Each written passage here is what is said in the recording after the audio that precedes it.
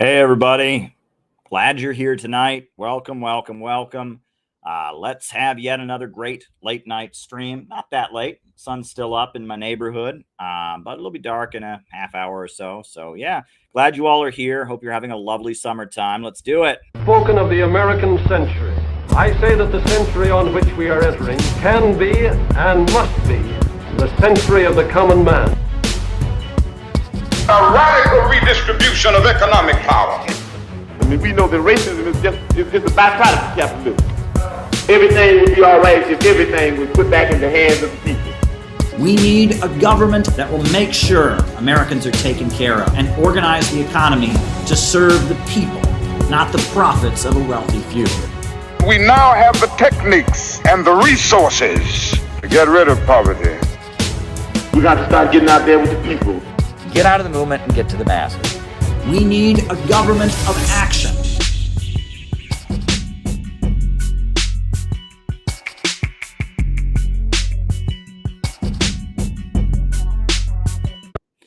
Welcome, everybody. So glad you're watching. Now, the way we do things, for those of you who may not be familiar, is that I first do the roll call, where I call you all out as I see you, names and locations.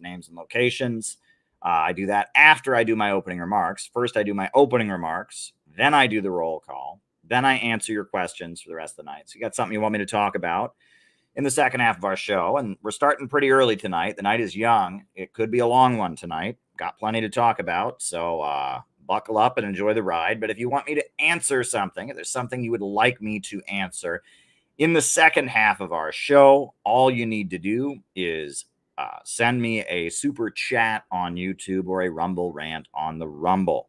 That's the way we do things. Yes, it's early tonight, but I got plenty in me. I'm still drinking unnamed diet beverage. That's how early it is. So yeah, if you got something for the second half of the show, something you want me to respond to, by all means, send it my way. Now, I wanted to make sure you're all aware that on the Center for Political Innovation YouTube channel, every single morning, if we can, right? I mean, we're doing the best we can. We are having a morning message. And the idea is to start your day with revolutionary hope and optimism. That is the idea on the CPI YouTube channel. We've been doing them every morning. We're trying to get the pace going. I've been reaching out to all kinds of different friends and allies. We had one this morning. We've been having them the last few days, and we want to keep the momentum going.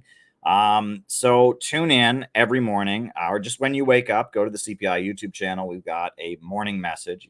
You can hit the subscribe or notifications button on the CPI YouTube channel to make sure you find out about it. We're trying to give everyone the opportunity to start their day in a great way. Now, we also have created a very new, exciting mechanism, to enable people to record their own morning message, right? This was created by Peter Coffin, our brilliant member. I would have never guessed that something like this was possible. But if you want to make a morning message, all you have to do is go to this link, and you can film it right there on your phone, or you can upload the file if you filmed it earlier. And there you go. You can submit a morning message right there. You can send us a morning message at that link. It's in the chat. I'll put it over here as well. You can just send a morning message. Obviously, we will pre-screen it if you say something wild, but this is for our members mainly. It's CPI members that do morning messages. But if you feel inspired by what we do here and you want to send a morning message to help be part of our community, we have guests do it. We've had famous people do them before, Tara Reid and who else? Nick Brana of the People's Party. And I mean, we've had prominent people do them before. So, hey, I think Dan Kovalik has done one before. There's a lot of people that have done morning messages. And so you can submit a morning message because we just want to give people that sense of connectedness and optimism and, hope and life of struggle every morning. If you feel inspired, just get your phone out, 2-3 minutes, 3-5 minutes. It can be long, it can be short, it can be whatever you want. Send a morning message. It's a great way to start the day. be part of this community, make it a way we can all support each other. So yeah, it's on the CPI YouTube channel every morning. And we have this link now that you can submit them. So please do that. So there we go. Quick reminder, first the opening remarks, then after that, the roll call. Then after that, I answer your super chat or Rumble rant questions for the rest of the night. So if you've got something you'd like me to talk about in the second half of the show, send a super chat on YouTube or a Rumble rant on Rumble. And if you're on Facebook, you need to go to YouTube or you need to go to Facebook or to Rumble and send me a super chat. I can't, see on Facebook. There's no way for me to follow there's no super chat mechanism or whatever on Facebook. But, yeah.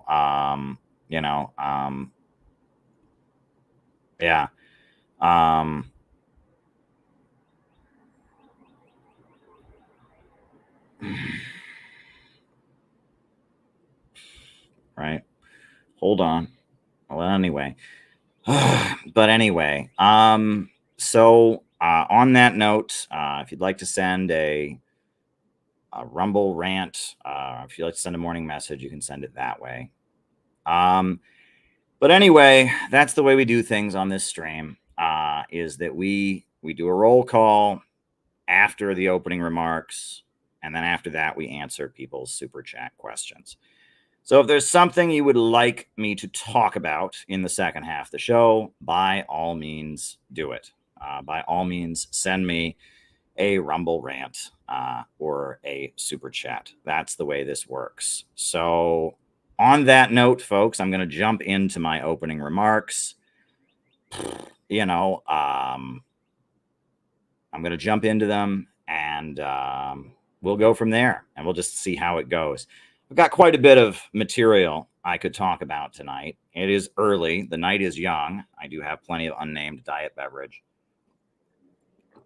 Plenty of it. And yeah, we'll be on here for a bit.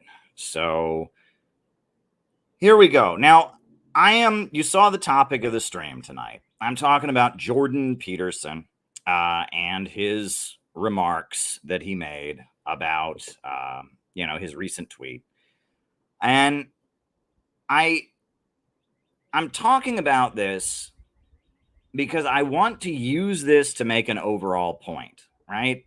I have made many videos in the past about Jordan Peterson, the conservative psychologist from Canada, who is known for his conservative views, and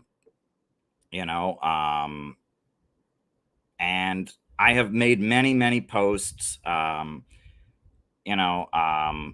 where I've criticized him, and that's not really even the point of this. That's really not even the point. The point is not that Jordan Peterson said something wrong about communism. It's rather how wrong it is and what the response to it is, and why this proves that things have to change in the way we interact with each other. I'm really glad to be here streaming with all of you every night. I do it as a way to connect with our community. That's how I do it. I do it as a way to engage with all of you, to connect with all of you. But I think social media and the internet as a way of organizing is dead. That's what I think. And I will just show you. I'm going to use this tweet made by Jordan Peterson to show you why that is. Why I think social media discourse is completely non-productive. This is what Jordan Peterson tweeted. Hold on. I will put it on the screen for you. This is what Jordan Peterson felt was the correct thing to say about Marxism. Marxism in a nutshell. Nobody can have more until everyone has the same. So nothing can ever improve unless it happens everywhere instantly. This is definitely a rule for hell. Now, I'm amused by how many returns there are in this. It's almost like he thinks he's writing poetry.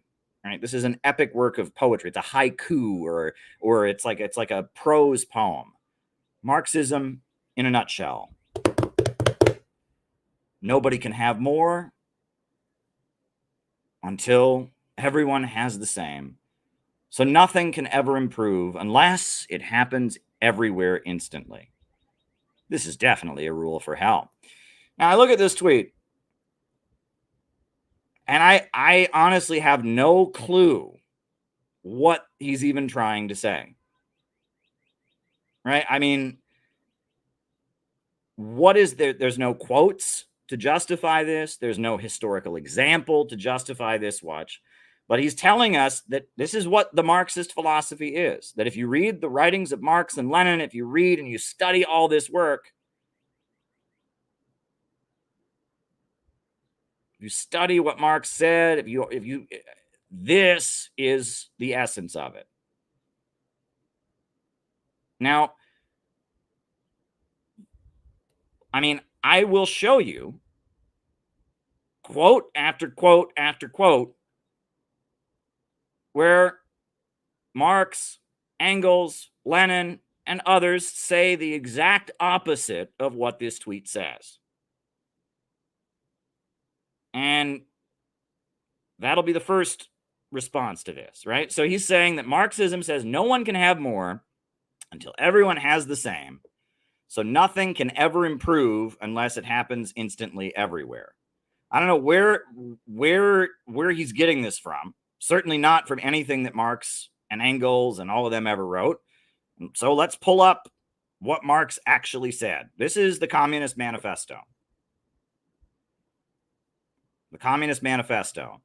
We have seen above that the first step in the revolution by the working class is to raise the proletariat to the position of the ruling class to win the battle for democracy.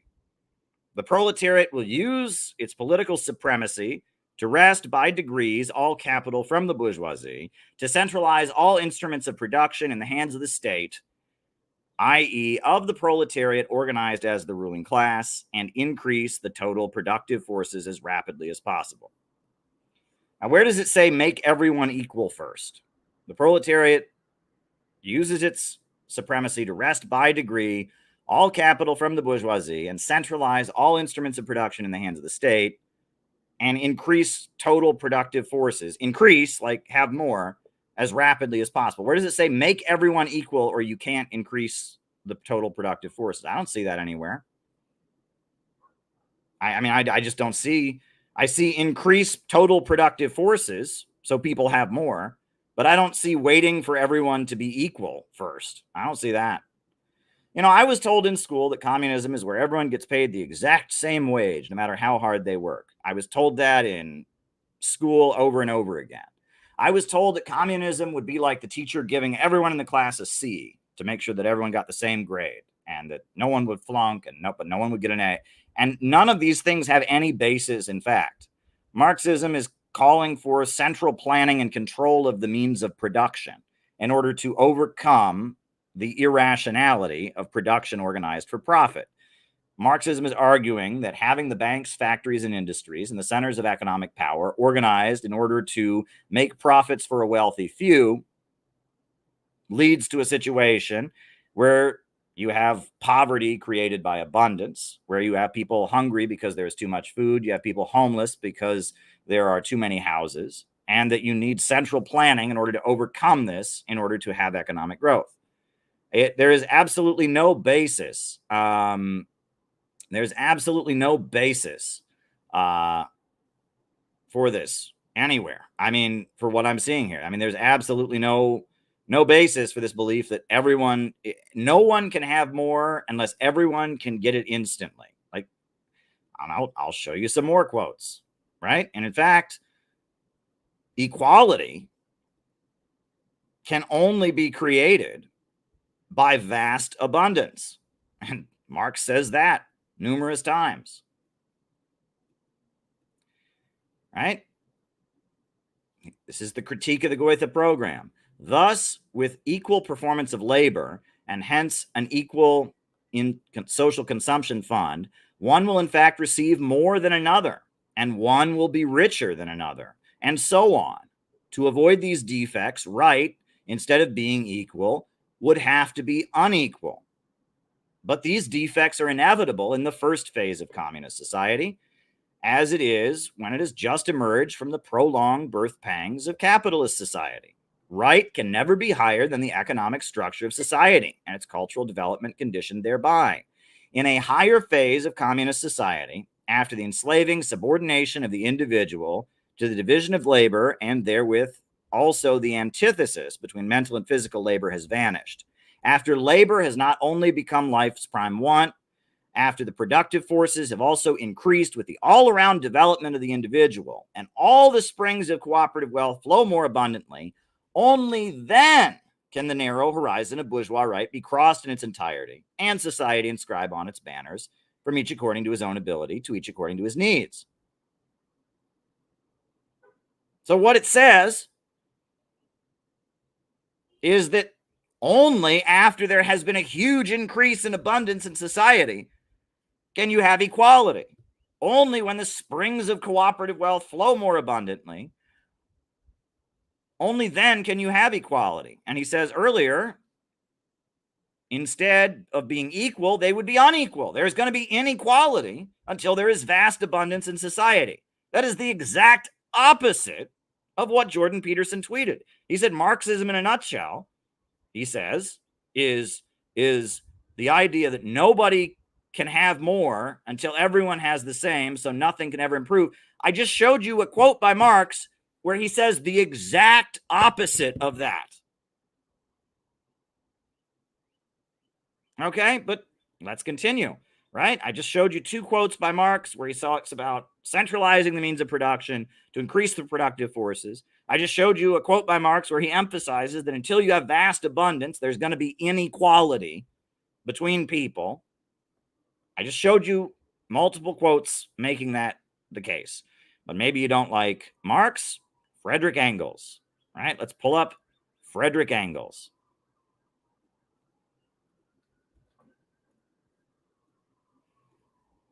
Engels.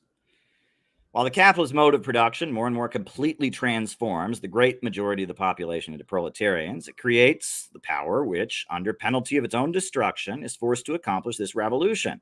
While it forces on more and more transformation of the vast means of production already socialized into state property, it shows itself the way to accomplishing the revolution. The proletariat seizes the political power and turns the means of production into state property. Now, I'm waiting. Where does it say makes everyone equal? Doesn't say that. But we continue.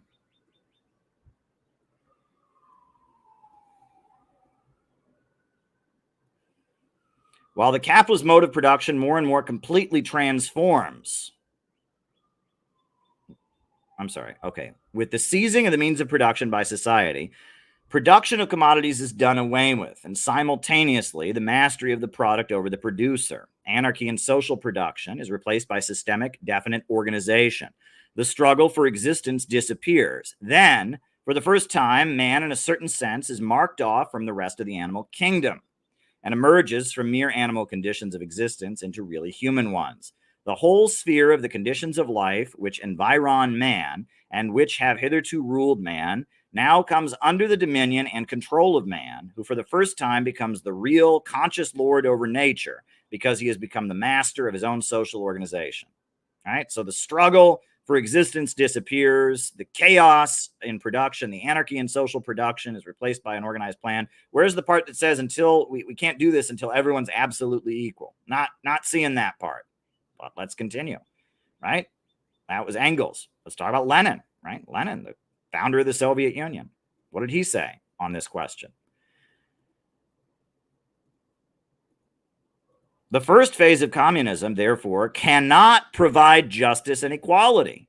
Differences and unjust differences in wealth will persist, but the exploitation of man by man will have become impossible because it will be impossible to seize the means of production, the factories, machines, land, etc., and make them private property.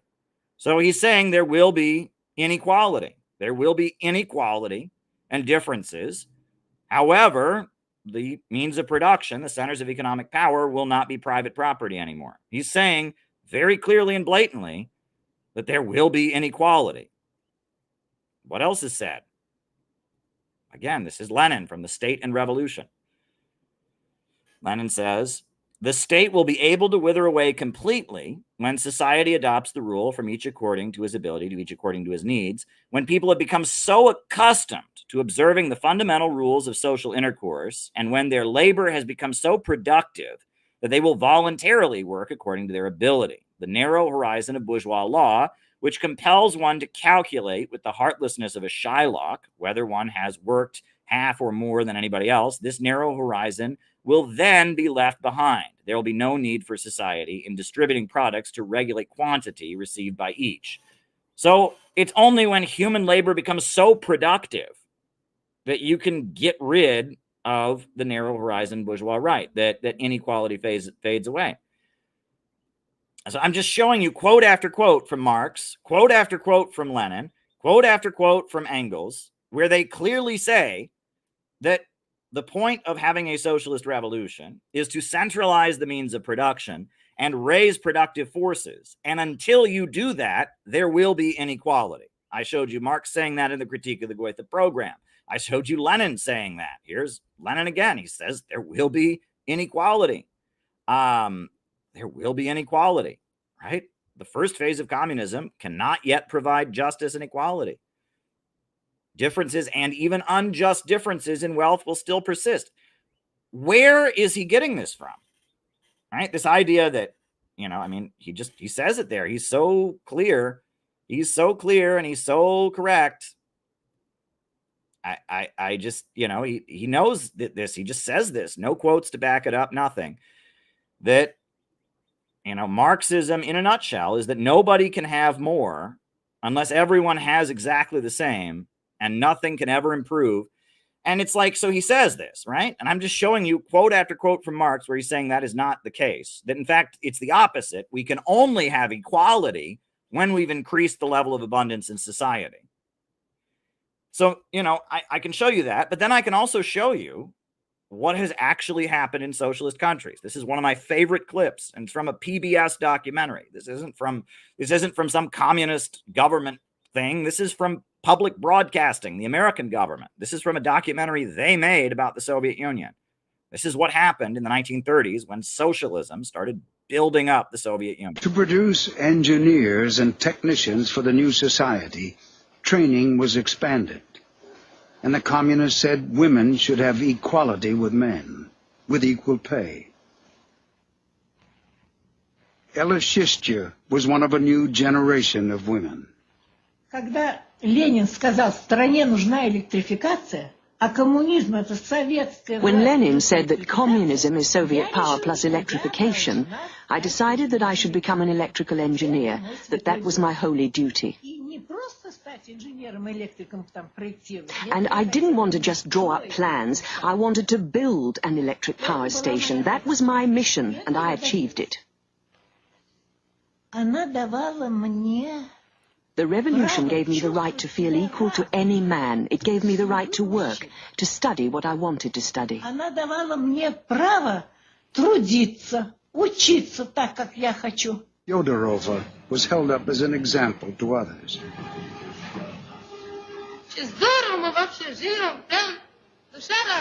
We live so well. Our hearts are so joyful. In no other country are there such happy young people as us. We're the happiest young people. And on behalf of all young people, I want to thank our party and our dear comrade Stalin for this joy that we have.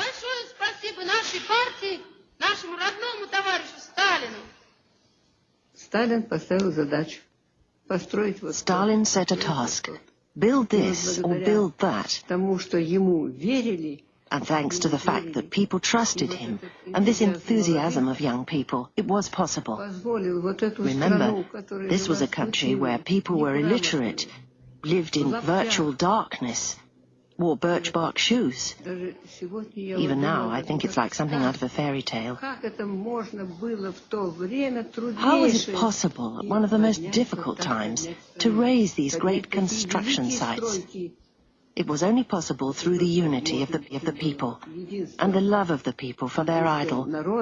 Because wait, did they wait for everyone to become equal first? Did they? I mean, they had to wait for everyone to be absolutely equal before they started constructing. That's what Jordan Peterson said. All that huge construction that Stalin did, industrializing the USSR, making it a wealthier country, etc. No, they had to wait until no one can have more, until everyone has the same. I mean, is that what they did in the Soviet Union when they were industrializing and building? I mean, what is he smoking? us, Stalin was an idol. Hold up. Teams of young activists were sent to the country. We went from house to house in search of illiterate people. We made a note of their names. We then found suitable rooms to hold classes in. Learning to write would open new doors for those trapped at the bottom of society. One woman who couldn't attend classes because of her child at home was helped by Anastasia Denisova. Я сказала, что вот тебе учебник, вот будешь заниматься, я буду к тебе приходить. I said, here's a textbook for you. I'll come to you so you can learn to read at home. Она держит, одной рукой держит. I remember vividly that when the baby cried, she carried on writing with one hand while she rocked him with the other. Она желанием занималась. Это же She was so keen to study. I'll always remember her striving for knowledge and enlightenment. It was immense. Просто-напросто была огромная.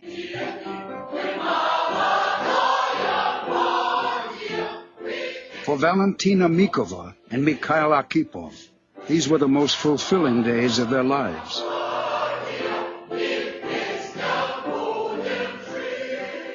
На строительстве домен был один экскаватор. There was one excavator at the blast furnace building site, and it wasn't always reliable. So we dug all the foundations by hand. The trench would be teeming with people. One takes the earth, throws it to the level above. The second person throws it to the third to the fourth, up to 5 or 6 levels. That was how we got the earth out of the trench. Then it was taken away in wheelbarrows. No,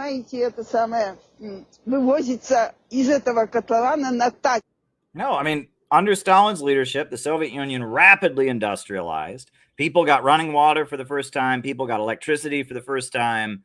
All kinds of amazing things happened. But I guess, according to Jordan Peterson, no, Marxism is the idea that you never improve things unless everyone is absolutely equal first. That doesn't match what Marx and Lenin said. That does not match the experience of communist governments. Look at China. China used to be one of the poorest countries in the world. Under the leadership of the Communist Party, it's become one of the wealthiest, countries in the world, the second largest economy in the world, and everyone is certainly not equal in China. I mean, where is he getting this? I mean, he just says this. And social media said he's a smart guy, so it must be true. And it doesn't match anything that Marx or Lenin or any of them wrote. They all wrote the exact opposite. It does not match what any communist government has ever done, as communist governments have rapidly increased productive forces and raised living standards, and not everyone has been equal. It does not match reality.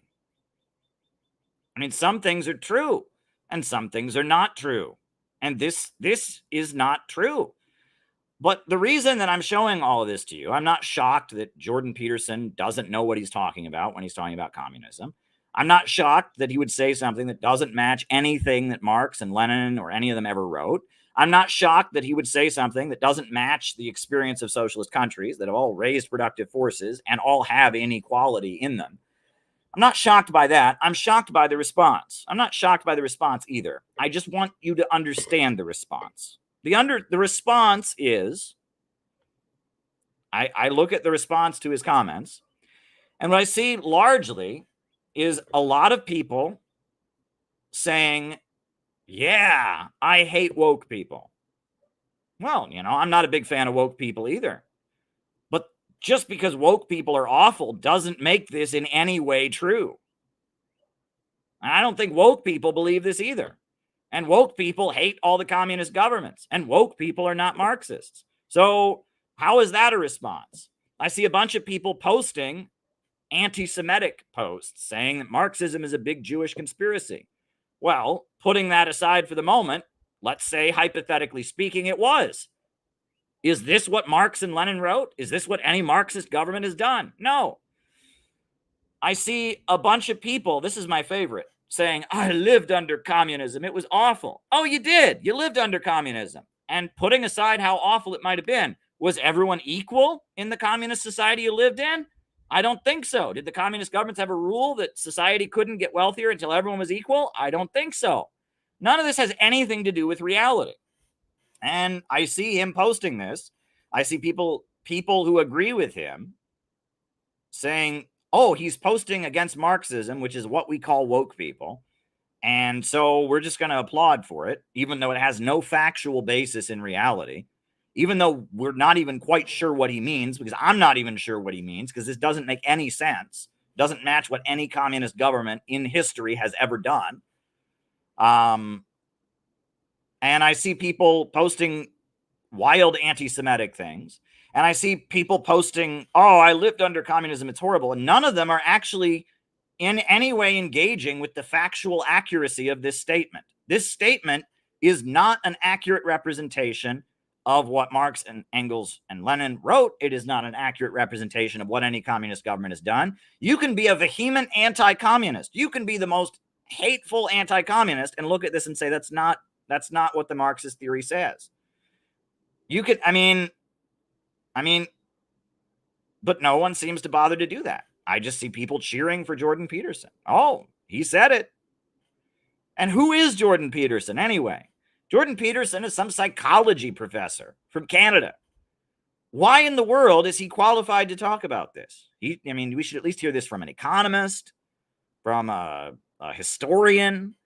But you got this guy who studied clinical psychology, but social media has said he is the expert on Marxism. And then the response to him saying this is a bunch of people saying,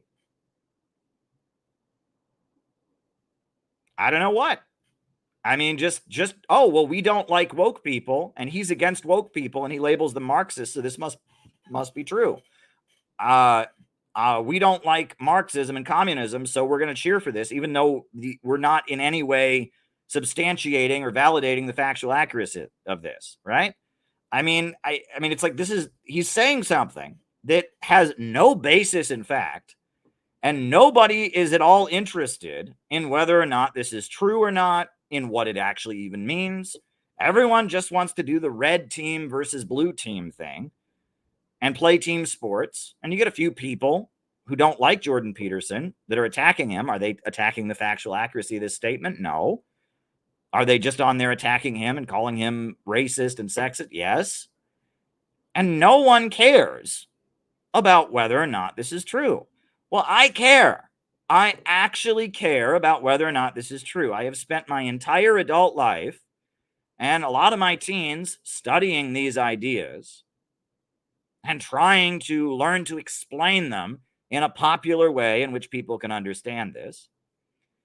And I find the internet to be amazingly frustrating because I actually care about this. I have been to communist countries.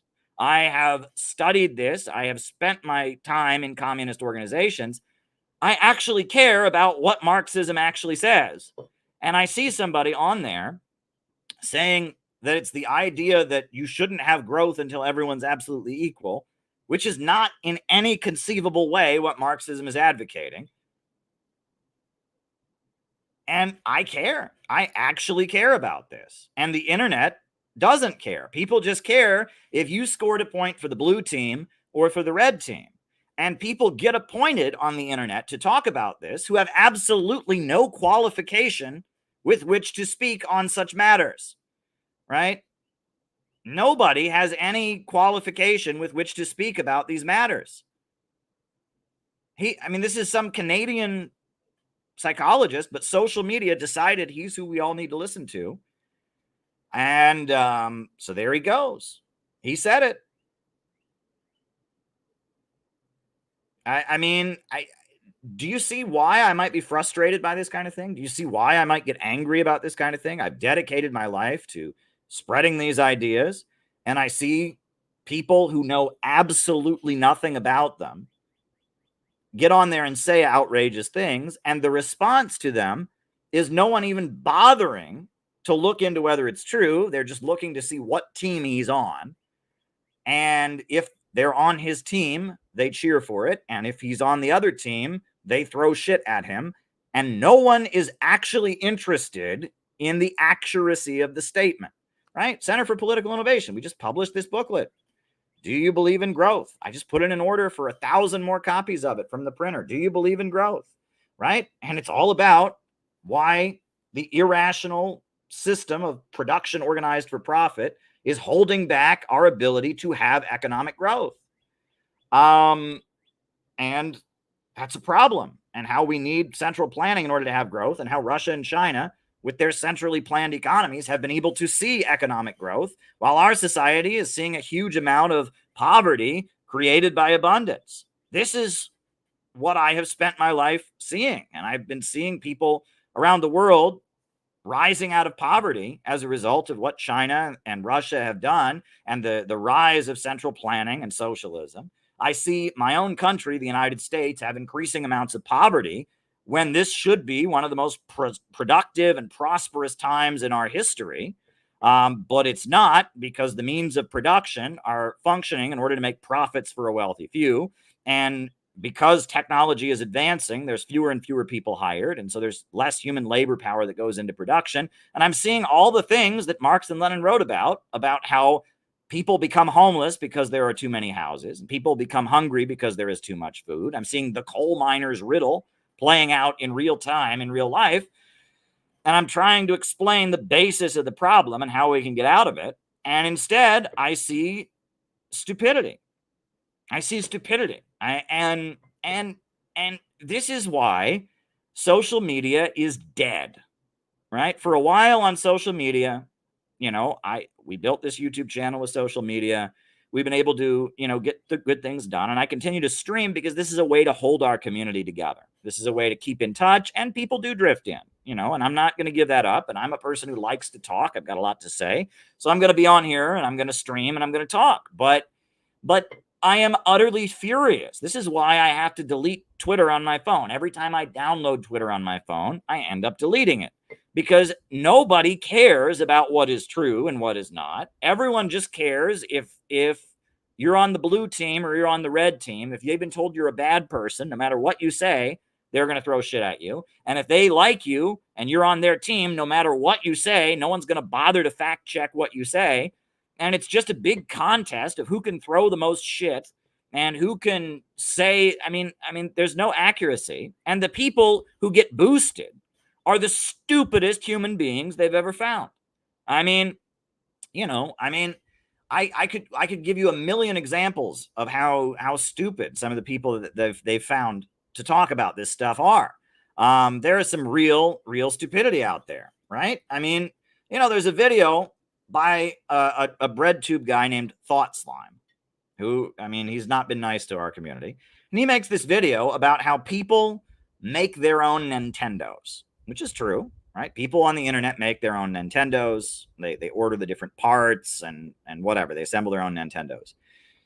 And on that basis, he's saying, see, people work just because they want to. And there's people who make shoes because they feel like doing it. And, we don't need to have a government. We don't need to have an economy because people will just work voluntarily. And I look at that video by Thought Slime and I think, okay, how far down the supply chain is the Nintendo? You do realize that Nintendo involves, copper for the wire. Do people voluntarily go and work in copper mines?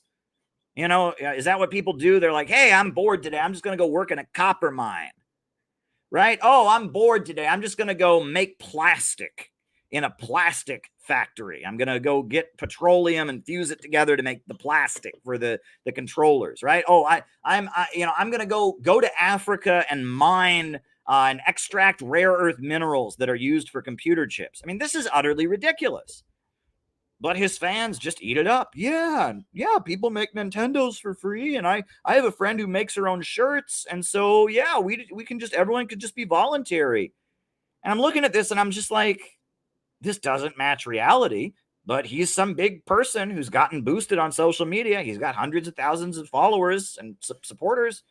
And so if you like him, if you're part of the fandom, he must be right. And if you get in there and point out copper mining, plastic factory, if you get in there and point that out, they think you're attacking their team. You're attacking their guy. You know, they're attacking the center of their fandom. And they, you know, they don't want to hear what you have to say. You know, I mean, this is the reality of what we're living in. And so if that is the terms of the discourse, where no one seems to bother to care, it's just about what team you're on, it's just about what fandom you're in. I mean, you know, yeah. I mean, Gavin gets it. Who needs a government of action to fight for working families? You could just make your own Nintendo with blood medals. I mean, it's ridiculous, right? But I mean, it's just like what Jordan Peterson said.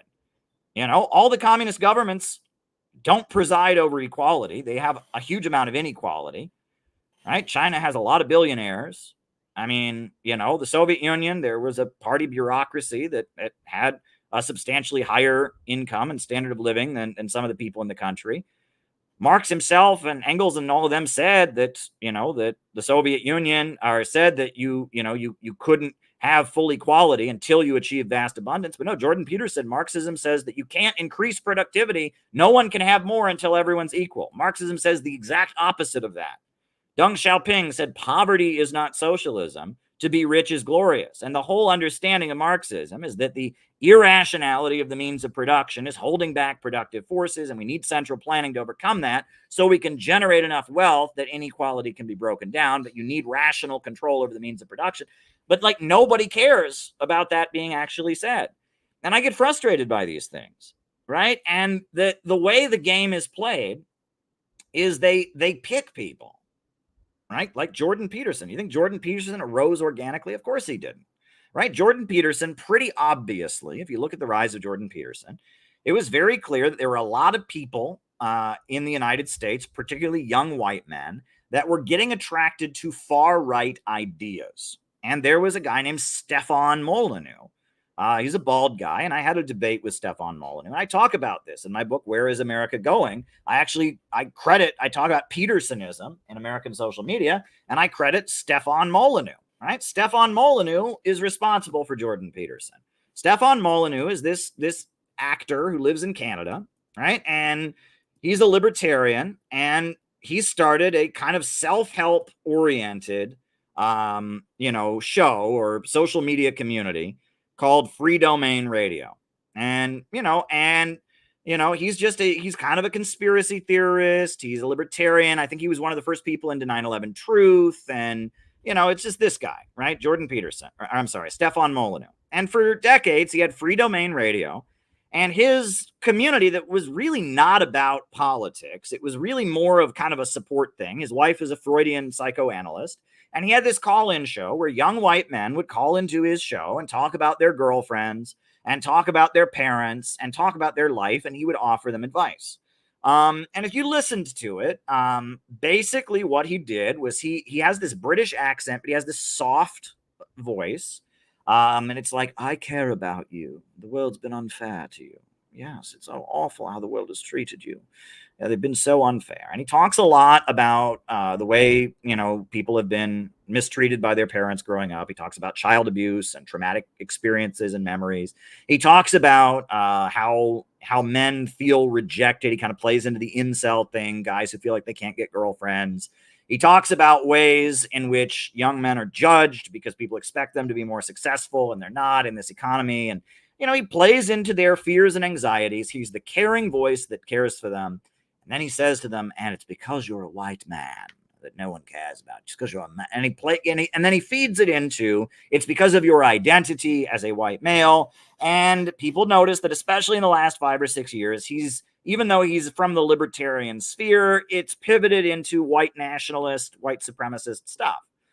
So Jordan, Stefan Molyneux was rising, and people noticed that there was kind of a pipeline of these young guys who were frustrated about their girlfriends or frustrated about, whatever. They would listen to him, and then gradually they'd get into white nationalism. And the New York Times did a story about a guy named Caleb Kane, who I've also interacted with, who started out listening to Stefan Molyneux and eventually got into white nationalism. And then he talks about, how I got, unbrainwashed by the alt-right.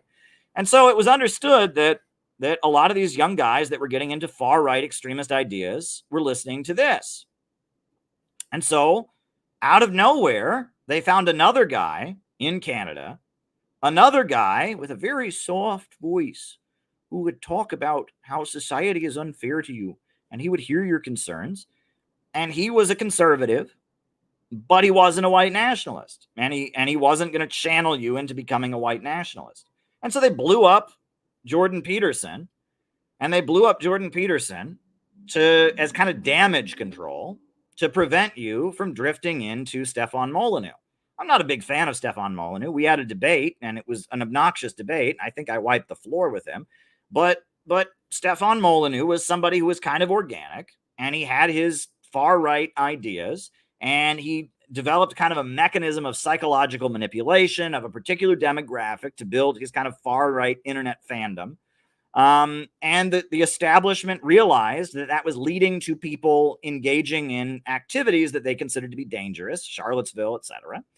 And so they found some guy who was just a psychology professor, and they blew him up, right? They blew him up to be the damage control. So the people that would have listened to Stefan Molyneux and potentially become far-right extremists and white supremacists, now they just become Republicans and they listen to Jordan Peterson. That's what happened, right? Now, is that a bad thing? No. I mean, I would prefer, it's probably better that people listen to Jordan Peterson than listen to Stefan Molyneux. I'll just be honest with you about that. Stefan Molyneux is particularly predatory in the way he preys on people in his community, I think. He's particularly, he's linked to more extreme far-right racist ideas than Jordan Peterson is. Jordan Peterson isn't great, but it's probably safer that people listen to Jordan Peterson than it is to Stefan Molyneux. So I'm not angry that this happened, but I'm trying to explain to you what goes on. Jordan Peterson was just randomly picked. Jordan Peterson, did he work really hard to build a community and fandom? Of course not. Of course he didn't do that. Jordan Peterson's just some Canadian guy, and they blew him up. And he did like one interview on Canadian TV, and they just blew him up to be the voice of young far-right men because it's damage control. Because the idea is they'll listen to him, and they won't get involved in some kind of, far-right extremist activity. Fine, right? But you have to understand they are doing this with every dissident community, and that's why it matters, right? And they consider anyone who is against U.S. imperialism and sympathizes with Russia and China and Venezuela and Iran and Cuba and countries like that, they consider them to be extremists. They put you in the same category as Stefan Molyneux, right? According to them, if you don't support Ukraine and you don't have a Ukraine flag in your window, you're the same as this guy. According to them, if you don't support Israel and you're supporting the Palestinians, you're the same as this guy. And they have figured out a mechanism for trying to prevent people from attaching to real movements and real activities by blowing up various people that emerge to be, they get blown up to be the layer that prevents people from being attached to real organizations.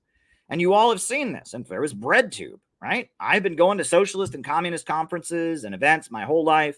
I knew all the people from the ISO, the International Socialist Organization. I knew the people from the Communist Party. I knew the people from the PSL and all of that. I have never once met ContraPoints, never once met Vosh, never once met any of those people. But out of the blue, those people just blew up on the internet to be the voices of socialism and communism. And suddenly they knew it all about communism and socialism, and they had hundreds of thousands of followers, and they get to cancel and target anybody who disagrees with them. And I debated Vosh, and I debated these people, and they all went after me and vicious, crazy ways and targeted me. and all kinds of awful things have been done to me because I'm an authentic person who comes out of real organizations. I have a real record of doing this kind of work. I was in I was around the Revolutionary Communist Party. I was in the Workers' World Party for 8 years. I organized around police brutality in Cleveland. I got a young black woman acquitted in court after the police accused her of assault. I was in Occupy Wall Street. I worked for Ramsey Clark. I risked my life on a ship to Yemen. I've got a real record of doing this. So, of course, I'm a target because I'm attached to real organizations and I'm organizing real stuff and building real communities. That's what I'm doing. And of course, I'm a target because they want you to follow some fake person that they manufactured. So I come out here and I start doing this. And I start seeing that the woke direction that socialism and communism are going is not helpful.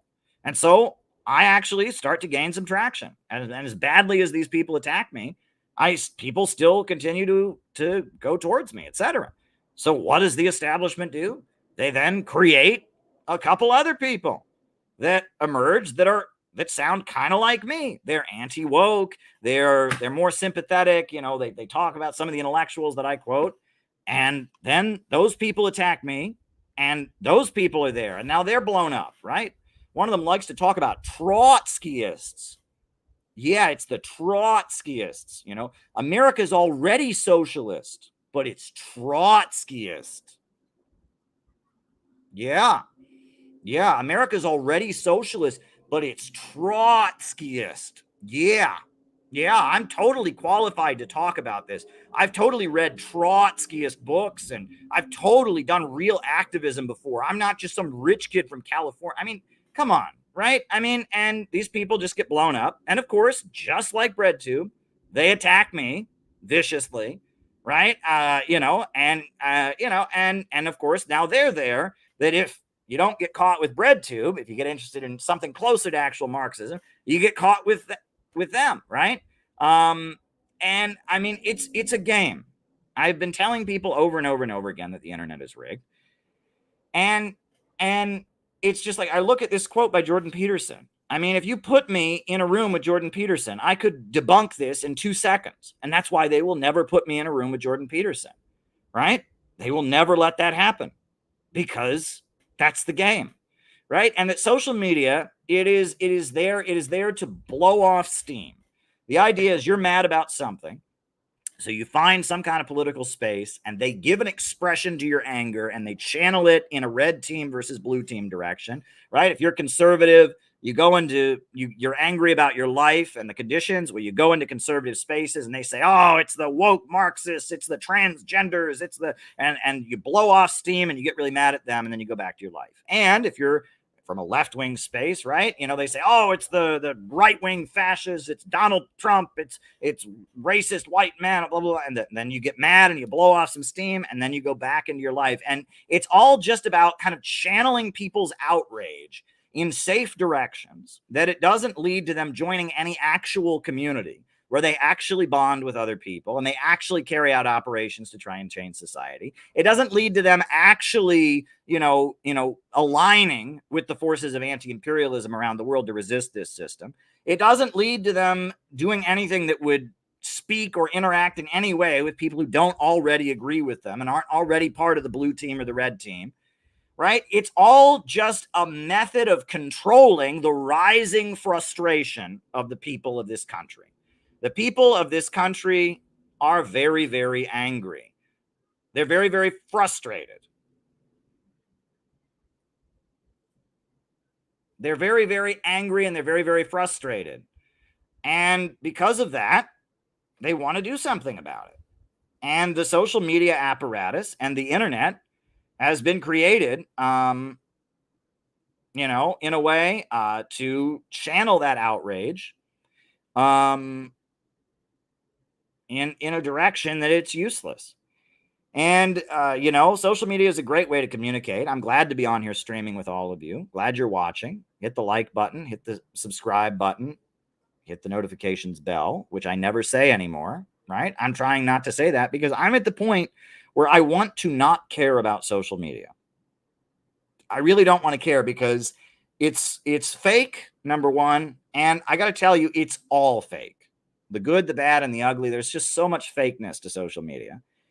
And it's not building the community we need. And it's just getting people more and more atomized and isolated from each other. It's just channeling people's anger and rage in directions that are not productive. The whole thing is just a big waste. And this tweet, I mean, if there was a rational conversation about what Marxism actually is, this tweet wouldn't stand a chance. But it's rigged to make sure that there is no rational conversation. That's the point. It's rigged to make sure that there is no rational conversation. It's rigged to make sure that everything goes in a certain direction. And there we go. I mean, so I use that tweet not just to point to it being wrong, which it's wrong. It's absolutely wrong. I use that tweet to point out that it's wrong in a way that nobody can engage with it. No productive conversation can go on. None. And if you could have tweets like that where people could respond in a productive way, social media would be worth it. And maybe it was kind of worth it 5 or 6 years ago. Social media has gotten so controlled and so ridiculous that it's not worth it, right? The only purpose that social media serves is to complement a real life movement, right? That is the only purpose that social media really serves, is to complement a real life movement. Because at this point, right, if you organize on social media, you only pull your people further and further into a bubble. And you get more and more out of touch with reality. And I got to say that, CPI, Center for Political Innovation, the way we organize doesn't even make sense if we don't organize in real life. We've had training wheels on for a while. We've used social media to meet people, to develop a network, and all that's great. But at this point, social media doesn't make sense. It does not make sense. It doesn't make sense what we're doing with CPI if we remain internet focused. And that's why we've been pushing outreach. Because we have talked about being patriotic and waving the American flag, because most Americans identify with that flag, and because we want to communicate that we love our country and that socialism is intended to make a better life for the American people, and that the big bankers and billionaires that run this country don't love our country. That's the point. But if we're not trying to reach average people, right? If we're not trying to reach average people, I mean, we might as well make our own flag. That's our unique niche. We might as well burn the American flag and feel self-righteous. The whole point of CPI, the reason we talk about a government of action to fight for working families, right? That's our whole thing. We need a government of action to fight for working families. The whole reason that we do that, the whole reason that we talk the way we do, is because we want to appeal to people who are not familiar with this. We want to appeal to people that aren't part of some kind of internet milieu, right? We need a government of action to fight for working families. And if we don't start going out and meeting average people and trying to win them over to our cause, it makes no sense for us to do what we are doing. It makes absolutely no sense. So I think that this is the moment where we just have to grow up. Right? We have to grow up, and we have to just say, look, now is the time to do it. We got to bite the bullet, and we got to start generating contacts, and people are doing it. Gabby's doing it in Chicago. I was just talking to people. Great meetings are happening. Great things are happening. We're marching ahead as a movement, as an organization. We're doing great stuff. We're doing great things. We're doing amazing things. Right? And, some things in life require patience. Some things in life require practice. We're getting shit done. Good things are happening. Good things are happening. And we are marching ahead. And, we set out to go out of the movement to the masses, to meet real people and build a real mass movement. And the fact that social media is so blatantly rigged to prevent us from continuing to reach people that way, that is actually a great opportunity for us to force us to do what needs to be done. And to learn to do the outreach and the contact generating and such that needs to be done so that we can actually do what we set out to do and accomplish the task that we set out to accomplish. And so we have to look at it this way. That's the way that we've got to look at it. Now, there's a couple other things I wanted to say, right? Because I will admit, right, folks, that part of the reason I get on here, it's not just for you, right? I do like all of you. I do appreciate all of you. I do like engaging with all of you on these streams. It's not just for you, it's for me, right? I mean, I need these streams. I really, really do need these streams. Because if it wasn't for all of you, if it wasn't for this community, I would have given up and lost my mind a long time ago. You guys keep me going. It is your willingness to stand by me and support me in tough times. It is your willingness and your passion and your energy to go out and build this community. It is your connections with each other, how I see you all working together and getting to know each other. It is all of that that really inspires me and keeps me going. I really value all of you. And that I want to remind people that there have been people doing what we've been doing, or things like what we have been doing for a long time. And I wrote, we have the new textbook, Out of the Movement to the Masses, right, where we talk about William Z. Foster, we talk about, the anti-war movement and, the Black Panthers and Bill Epton, and, we talk about various revolutionaries. But I got to tell you that there have been people who feel like us and have been motivated the same way and have been driven to defy authority and speak with passion and endure persecution for thousands of years. That the role that we are playing as the Center for Political Innovation, as a voice crying out in the wilderness, we are playing an essential role in any civilization. No civilization can exist without people doing what we do, people like us. And a few months ago, I talked to you all about the book of Jeremiah. Right? It's an Old Testament book about a Hebrew prophet. I would like to revisit the book of Jeremiah for you all because, I shout out to Robert if you're watching. Robert came to me and he said, Caleb, your interpretation of the book of Jeremiah is brilliant. And I think you're right on point. Well, I think I'm right on point too. I wouldn't have said it if I thought I was wrong, but I want us to revisit that. All right. So the book of Jeremiah.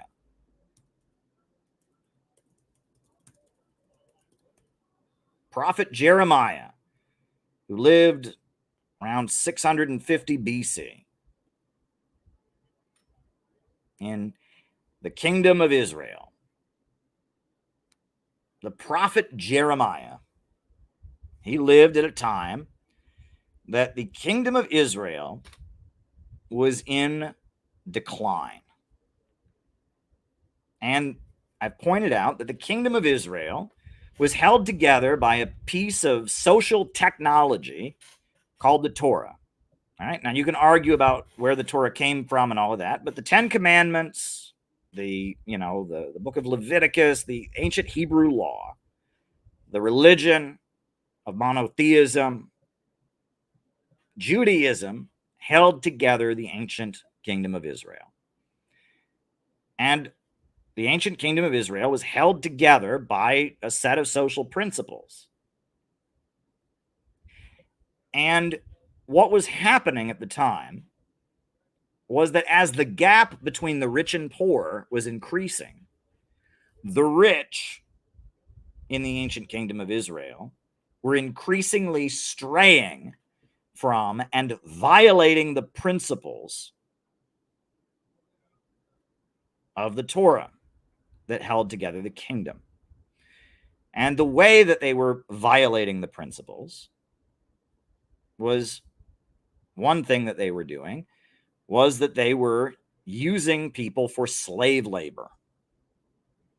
That they were using legal loopholes to enslave people to work without labor, without pay, to build their mansions. In addition to that, they were worshiping the god Baal, this god of the golden calf. And they were engaging in human sacrifices to the god Baal. And they were engaging in bizarre sex rituals. They were having these ceremonies to worship the god Baal because they thought the god Baal would give them more wealth and power. They were sacrificing babies to the god Baal, and they were engaging in bizarre sex rituals. And the rich people of ancient Israel were engaging in these bizarre sex rituals, and they were using people as cheap slave labor. And they were also not caring for widows and orphans. And there was an increased amount of poverty where the widows who were supposed to be taken care of, their husband died, no one could take care of them. They were supposed to be taken care of by society. They were left abandoned. Orphans whose parents died, they were left abandoned. And so Jeremiah, we're told, is some Hebrew person who was alive at the time who felt outraged about this. And he began preaching. And he began going around the kingdom of Israel and preaching that if they did not change their ways, their kingdom would be destroyed.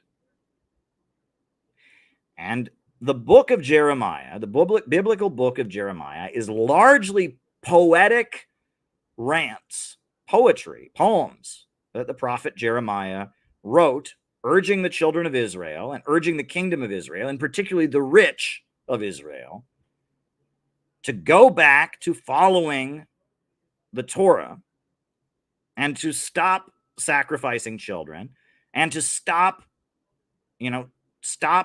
using people as slave laborers and to stop mistreating people so that the country doesn't come apart.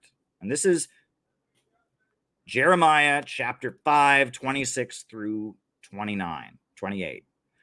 Among my people are the wicked, who lie in wait like men who snare birds, and like those set traps to catch people. He's referring to how they used legal loopholes to make people become slave laborers, to build their mansions. Like cages full of birds, their houses are full of deceit, meaning these big mansions that the rich people are building are built with fraudulent slave labor. They have become rich and powerful, and they have grown fat and sleek. Their evil deeds have no limit. They do not seek justice. They do not promote the case of the fatherless, and they do not defend the just cause of the poor. He's calling out the rich. This is Jeremiah 5, 26 through 28. And if you read the book of Jeremiah, it is Jeremiah saying that he has divine biblical inspiration. And he's saying he has the divine power, that the voice of God is speaking through him, and that if they don't abandon their wicked ways, they don't stop, if they do not defend the just cause of the poor, if they do not start caring for the fatherless, if they don't stop using people as slave laborers to build their mansions, right? If they don't continue to grow rich and fat, if they don't stop worshiping this god Baal and sacrificing children and engaging in these activities, if they don't get back to the principles upon which the ancient kingdom of Israel was established, they will be overthrown. And the book of Jeremiah is very long. And it's poems, largely. Poems that the prophet Jeremiah spake to crowds of people. And crowds of ancient people in Israel gathered and listened to this man who looked like a lunatic, looked like a raving lunatic who was standing there and preaching at them and reciting these very epic poems about how if they didn't get back to the principles of right and wrong, if they didn't start treating people justly, their kingdom would be destroyed. And what happened? Well, there was a king who liked Jeremiah because he could see what Jeremiah was saying, and he feared the country being conquered by Babylon. And so there was a king who found this guy, Jeremiah, this traveling street preacher full of emotion, and promoted him and brought him to his palace and said people should listen to Jeremiah. And there was clearly a division among the rich. And there was one king that wanted the rich to stop doing what they were doing for the good of the country overall. So he promoted Jeremiah. But then that king died, and a new king came in. And that king liked going to have the wild sex parties. And that king liked the sacrifices to God Baal. And that king was not particularly concerned with the fatherless. So this new king that came in put Jeremiah in stocks, pillory. And people threw fruit at him, put him in prison, and flogged him and tortured him. And he endured great persecution. And Jeremiah spends his life, year after year, going around the kingdom of Israel saying that we must change our ways, we must repent. And he builds a mass movement of people in ancient Israel saying that if we don't start caring for the fatherless, and if we don't take up the just cause of the poor, if we don't stop using people as slave laborers, we don't stop mistreating foreigners, if we don't do this, our country will come apart. And he spends his life going around preaching this message. And sometimes the leaders of the country promote him because they see what he's saying is useful. And other times the leaders of the country persecute him. And he's not the only one. There are many prophets and false prophets that arise in this same time. The Old Testament, as many of the books of the Old Testament focus on this particular period. It wasn't just Jeremiah. There were a number of other prophets that arose and said roughly the same thing. And there were a number of false prophets that arose that preached the opposite. And they're going around and saying that if we don't change the way our country is operating, we will be destroyed. And what ultimately happens?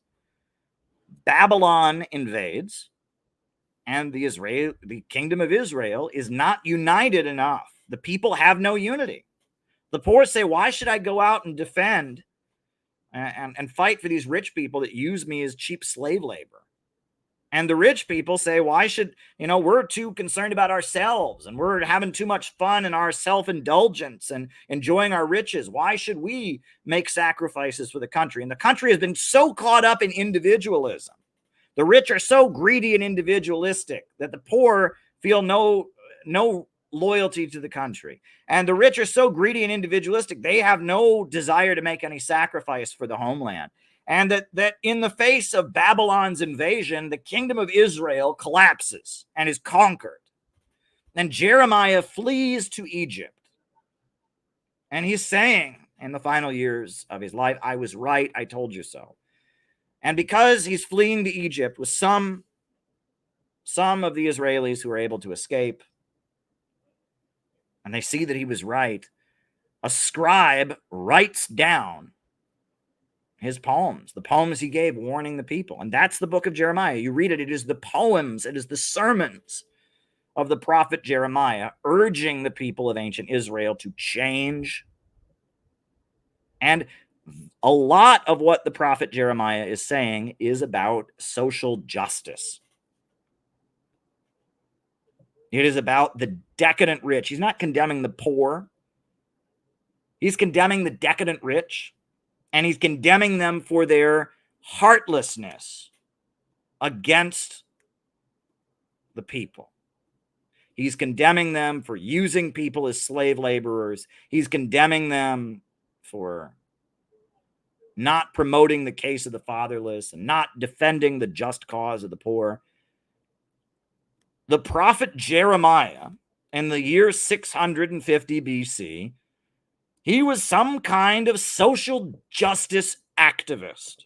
I can't call him a socialist or a communist because such a thing did not exist back then. There was no proletariat back then. There was no basis for a socialist movement.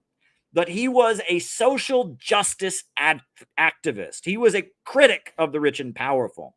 He was a rabble rouser. He was an agitator. And the language of his agitation was the language of the time and place in which he existed. It was the language of the Torah. It was the language of the peoples of the kingdom of Israel.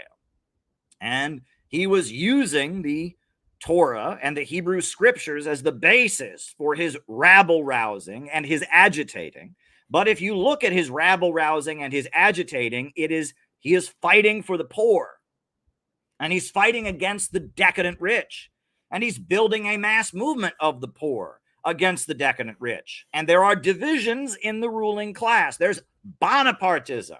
And some sections of the ruling class, some of the kings, see him as useful because they want to bring the country together and control the rich. And some of the kings don't see him as useful. There's Bonapartism and division in the ruling class. And Jeremiah is a voice crying out in the wilderness. He is a prophet. He is an agitator. He's a populist, rallying the masses against the rich in order to save the nation, saying that if our nation does not change the way it is being, and if this radical selfishness and individualism, this indifference to other people's suffering, if this does not vanish, our homeland will be taken from us. And for the good of our country, we have got to learn to love the poor. We've got to care for the orphans. We've got to stop being heartless and sacrificing our children. What kind of society, what kind of person can take an innocent baby and kill them in some kind of demented ceremony that's going to bring, because you think it'll bring you more wealth and more good luck? What kind of demented person could be so heartless to do that to a newborn child? Right? He's saying if we don't learn to love again, if we don't learn to care for each other, if we don't get back to God and the Torah, if we don't return to the spirituality that holds our nation together, our kingdom will be destroyed. That is what the prophet Jeremiah is saying.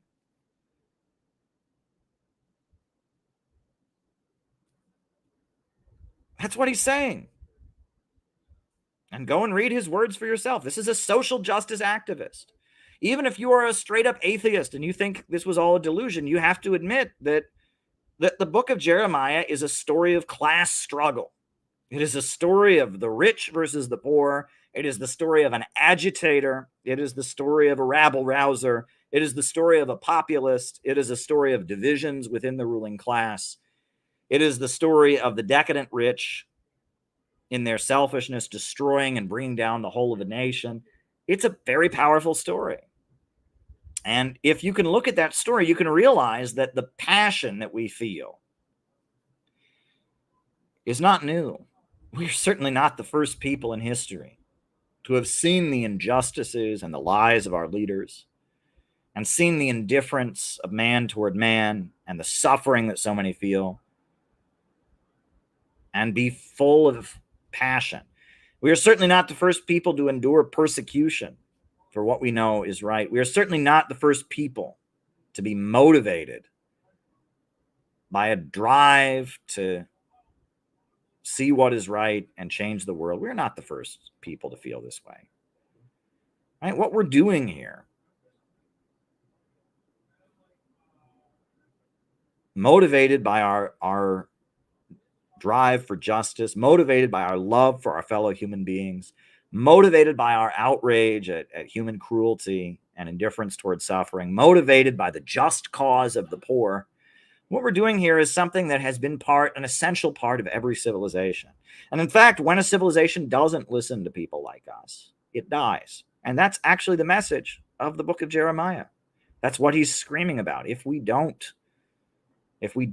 heed the call of social justice, our nation will be destroyed. That is what the prophet Jeremiah is saying. And that is also what Karl Marx was saying. And that's also what Dr. Martin Luther King Jr. was saying. And that's also what these guys who marched on July 4th, 1976, that's what they were saying. We won't fight another rich man's war. You don't have to frame it in a spiritual way, but you can understand it in this way. You can understand it in this way. That what we are doing, striving for justice and peace in the world, is not new. So that I wanted to get out, and I wanted to voice for you all a little bit of my frustration with the internet and use that stupid Jordan Peterson thing to make a point. But I also, just to end the opening remarks here, I got a few more things to say in my opening remarks. If anyone's got any more super chats, I see there's a couple Rumble rants from Rachel, and we do appreciate that, and I'll make a point of answering those. I see you sent me a couple messages clarifying them, and I'll take a look at that.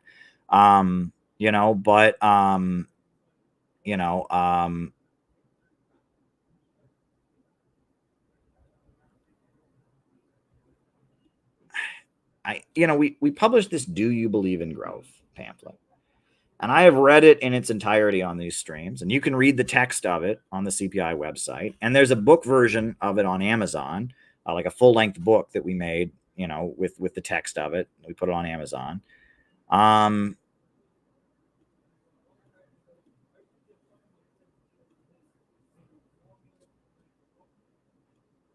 And this is an important message. It's an important message because we are not against growth. We're not against wealth. We want everyone to be wealthy.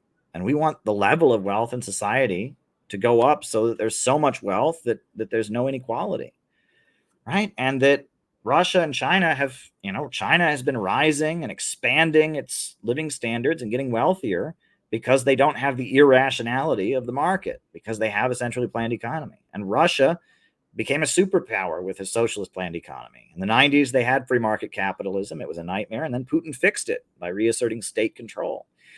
And that capitalism has these built-in problem, this built-in problem of overproduction. The built-in problem of overproduction. And, that is the point. Human beings have been going from different modes of production. We went from hunter-gatherer civilization to slavery to feudalism and ultimately to capitalism. And each time the productivity got more, it got higher. And then our ability to produce wealth outstripped the limits of the previously existing system. And so we adopted a new mode of production to accommodate the new advances in technology.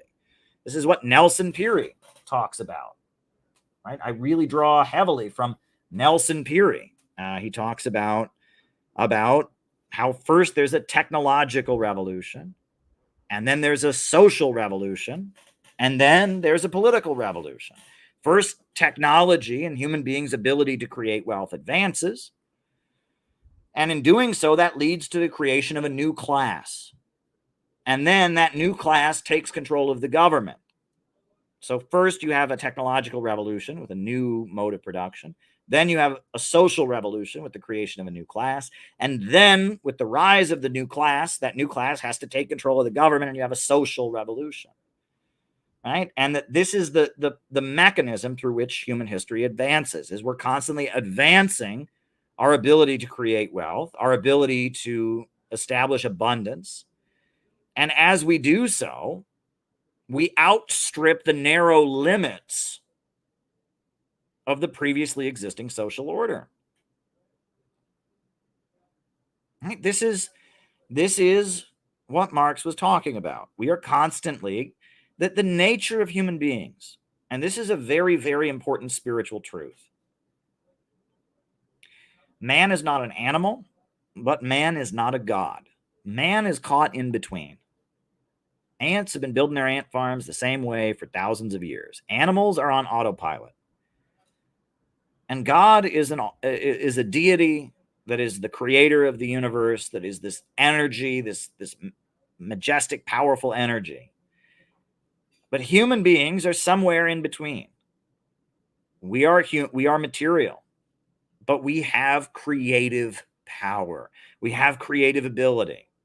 And we constantly reinvent our relationship with nature. We're the only species in the universe that is known to reinvent its relationship with nature in the way that we do. No other species in the universe interacts with its environment and forces the environment to serve him and constantly reinvents his relationship with nature the way human beings do. In just 7,000 or 8,000 years, we have gone from hunter-gatherers in the woods to space travel and iPhones. That is a touch of divine. That is the proof that a soul exists. If ants had a soul, they would be changing the way they interact with the environment, but they don't. If beavers had a soul, they would be changing the way they interact with the environment, but they don't. Our creative ability to reinvent our relationship with nature, to reach a higher mode of production, to interact with the world around us in a more efficient and productive way, leading to our increasing population, our increasing life expectancy. This is the nature of mankind. We have a touch of divinity within us. We have a soul. We're not God, but we're not animals either. We have a touch of divinity. We have creativity. God is the creator. God is the ultimate expression of creativity. He is creativity defined, and animals are just animals. But we are a species, an animal, I guess, that has some kind of divine spark within it. And that is why I can't be an atheist. Because an atheist would have to say we're just like any other animal. We're not. Why has no other species in the entire known universe ever had the ability that we have? Why has no other creature in the universe has the ability to be creative, to be godlike in the way we do? None. There is no known species that can do this. This is the uniqueness of man. And Karl Marx was an atheist.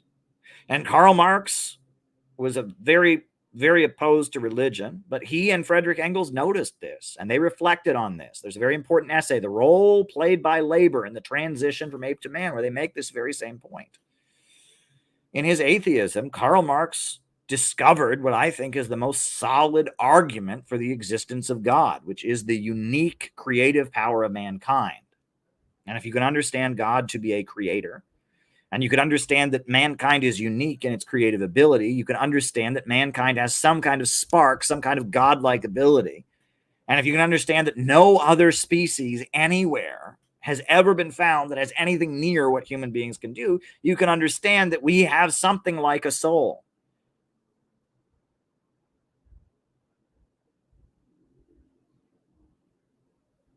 And that's something I would like you all to understand. And that's something that is deeply, deeply important. And that, we wrangle with big truths in these streams, and we, not everything is as it used to be. And the world is a very confusing place. I wake up every morning. I was texting with a friend of mine today, a friend who's certainly not where I'm at politically. He's a longtime friend. I've known him since the Occupy Wall Street days. He was texting me about a situation with a friend of his, and then he asked me how my life was. He said, "Did the Moonies really fly you out to Los Angeles to give that speech?" I said, "Yes, sir, they did." And, I'm going on a Trumper podcast on Wednesday, and I wake up in the morning, and sometimes I'm like, is this really happening? Is this world around me really what it is? If you would have told me 10 years ago where we would be politically, I wouldn't have believed you. I mean, we are in the political twilight zone. Things have changed so rapidly. So rapidly.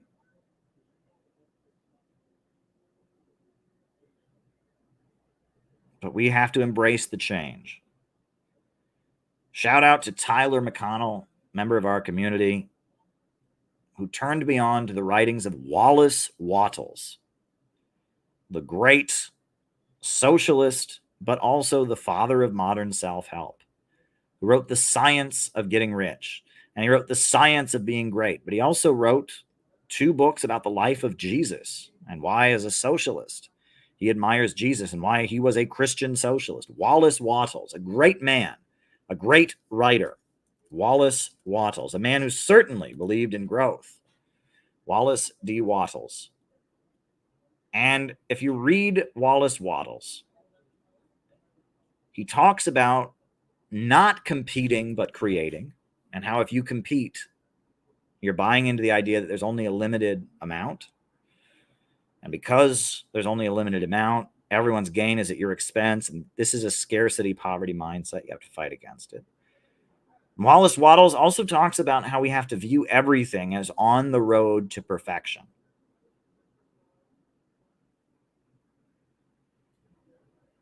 Right? Everything that happens, every struggle, every battle, every setback, every hardship is part of the process of the universe twisting and turning toward that ultimate state of perfection.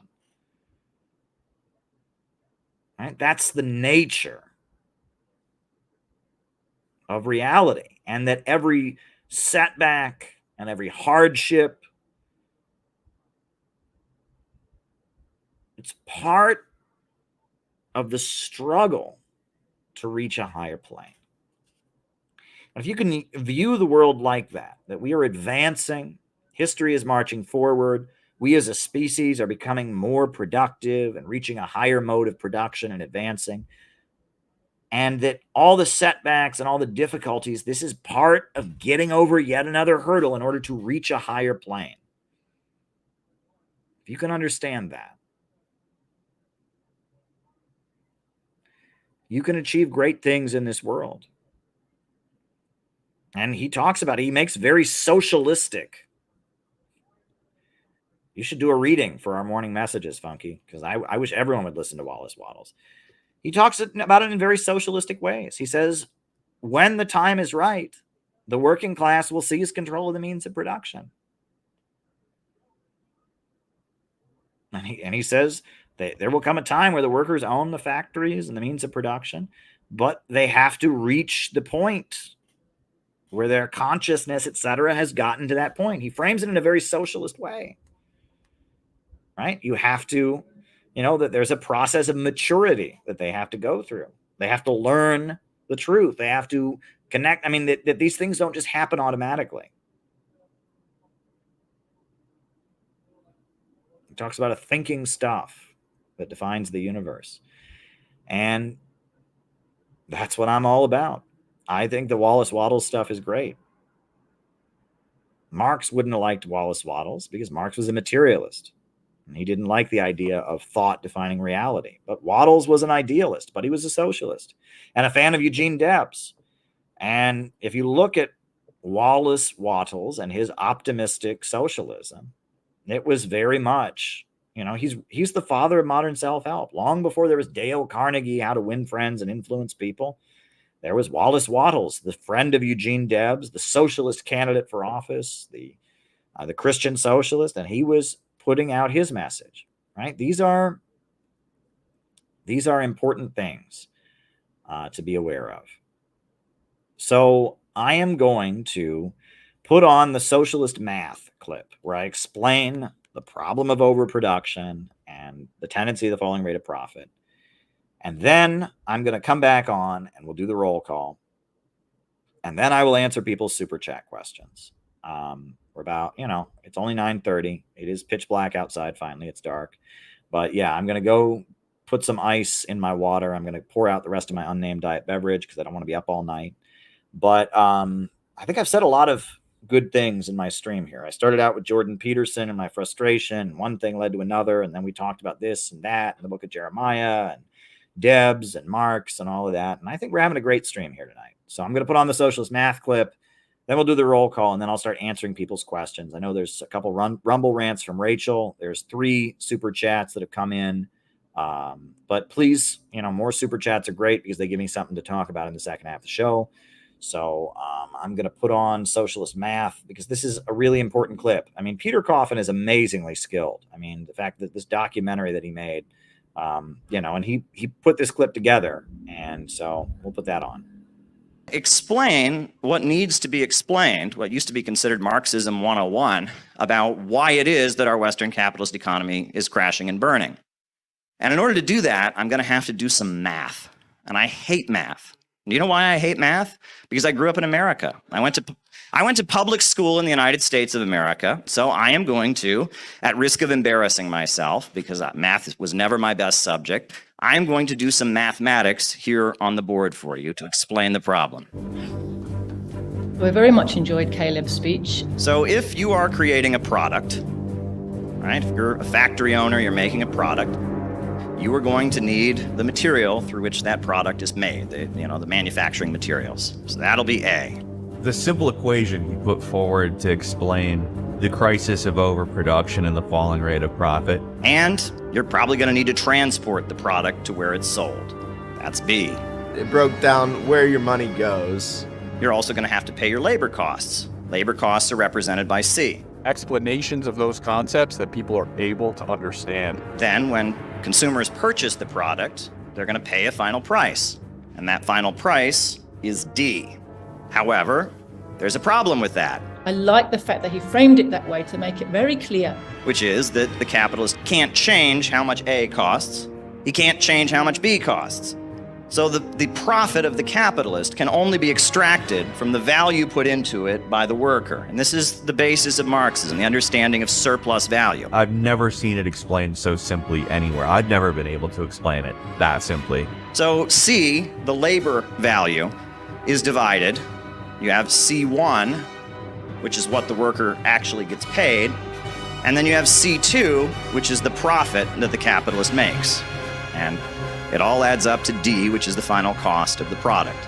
Now, the way people in the United States who talk about Marxism generally talk about this is they say, well, this is unfair. They say the worker is not getting paid the full value of his labor. But they're missing one of the most important points, which is not just that it's unfair and then people argue, well, what about the employer? He put up the money, doesn't he deserve to be? That's all a distraction. Because the important thing to understand is this. C1 is always going to be less than D. The wages paid out to the worker are never enough to buy back the product that he produces. There is always more products created than there are wages paid out to the worker. And this is the built-in problem of capitalism, the problem of overproduction. And it is always there in the capitalist economy. It never goes away. And they have invented all kinds of crazy mechanisms to try and deal with the problem of overproduction. Part of the reason that the US government has purchased billions and billions of dollars worth of cheese only to bury it in a cave in Springfield, Missouri, is to deal with this problem. It is an ongoing present problem, and it's a problem acknowledged by most capitalist economists. John Maynard Keynes said the problem was underconsumption rather than overproduction, but he was pointing to the same problem. The military-industrial complex in the United States is an effort to deal with this problem, to keep spending going. There's all kinds of mechanisms that they've invented to try and resolve this problem, but it gets worse.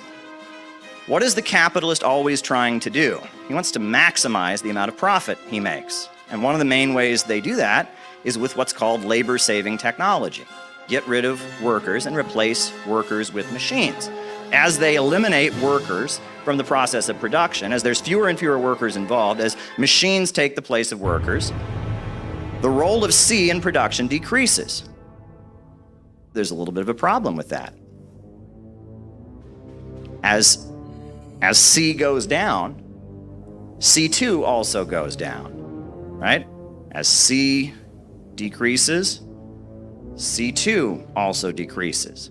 And as the role of the worker in production is reduced, the rate of profit that the capitalist makes goes down. And this is called the tendency of the falling rate of profit. Only human labor creates value. And this is something that Adam Smith acknowledged. This is something some of the popes even acknowledge. Human labor creates all value. And so when you reduce the role of human labor in production, the amount of value created decreases, and the ability of the capitalist to extract surplus value also decreases.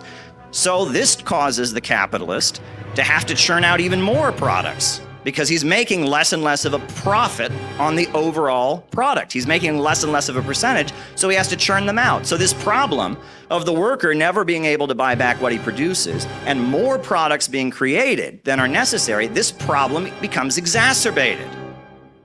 And this points to what is understood to be the deeply irrational nature of the capitalist system. Communism will save America. Yep. There you go, folks. You know, I mean, and that's why I get furious when people equate Marxism and socialism with degrowth. And that's why Jordan Peterson's clip made me angry, is because I understand this stuff. And I've spent years trying to learn this stuff. And I find the fact that on the internet, that doesn't count for anything because they just want to do a red team versus blue team thing. The internet is designed to reinforce people's biases and prejudices and reinforce stupidity. And I don't get any points for actually studying this stuff, taking it seriously, and trying to find a way to make it actually build a mass movement that we need. I find that frustrating, but I feel like that's a great opportunity for us to take off the training wheels and get out of the movement and to the masses. And I see great work being done, and we're learning to do it. And yes, before we do the roll call, save this date. Save this date. Make arrangements. This is going to be very important. Save this date. And save this date and make arrangements. It's going to be a very big day. We're going to do something very, very special. On that note, folks, names and locations. I will call you all out as I see you. Names and locations. Who is with us tonight? Names and locations. Who is with us? Names and locations. Who is with us tonight? Names and locations. Who is with us? Names and locations. Jorge in Yoruba Valley. Philip High in Brooklyn. Auckland, New Zealand. Ryan in Kansas City. Lawrence Johnson in Chicago. Rice from Adelaide, Australia. John McCarthy in Chicago. James in Chicago. A lot of Chicago people here. Rachel Winder in Georgia. Oakland in the house. Blake in Alabama. Jenny in Cincinnati. Ottawa. Steve and Ann in very hot North Georgia. Pennsylvania. Gonzalo in Argentina. Anthony in Detroit. Alex in Brazil. Nick in Tampa, Denver, and Mosen. Welcome. Junior in South Florida. Master Jack in South Africa. April and Chris in Salt Lake City. Dan in LA area. Very, very good. Luca in Singapore. Welcome, Luca. Names and locations. We got John in Honolulu. Frankie in Sydney. Welcome. Mosen from Iran. Welcome, Mosen. Names and locations. Balthazar in Oakland. The Seasoned Noob in China. Welcome, Mr. Seasoned Noob. San Diego for the Cutba. All right.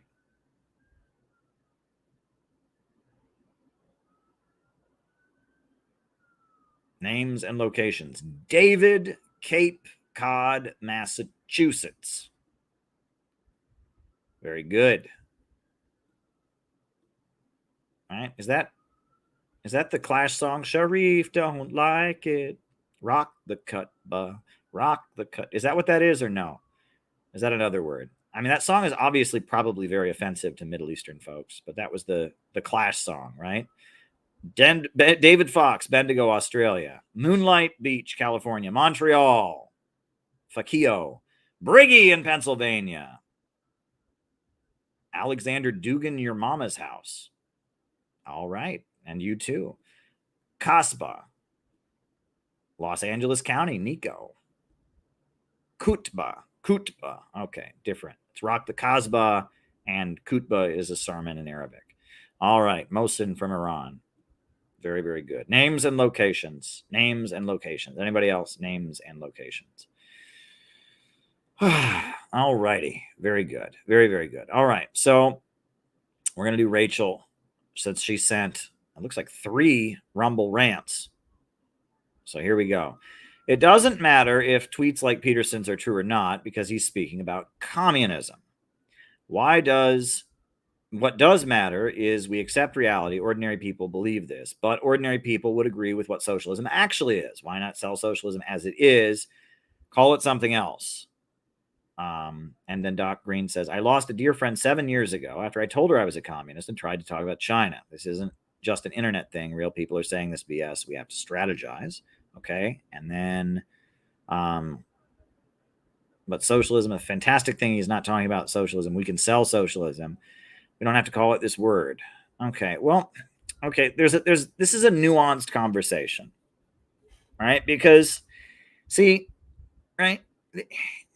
There's for a long time, you get people who come along and they say, well, why don't you just give it a new name? Right. And the standard response that communists and socialists give goes something like this. I think Bob Avakian of the RCP, I heard him give this response, and I thought it was kind of brilliant. So he said, well, what if I called it something else, right? What if I went around and I said, someone said, and we promoted what we were about, and someone asked us, what do you believe in? And we said, we believe in shabibbity bobbity boobity boop. And then someone came along and they said, is this communism? And we say, no, this isn't communism. This is shabibbity bobbity boobity boop. He said, eventually someone's going to come along who's smart enough to look it up. And they're going to go, wait a second. This isn't shabibbity bobbity boobity boop. This is communism. And you're lying to us. You're trying to trick us. You're trying to put something over on us. And then we look like lying con men. So that's the first problem with it. Now, that was generally how I would answer that question years ago, Rachel. But now that question has gotten more complicated. It's gotten a lot more complicated. Because nowadays, there are a lot of people going around openly advocating communism and saying things that sound completely opposite of what we advocate and believe in.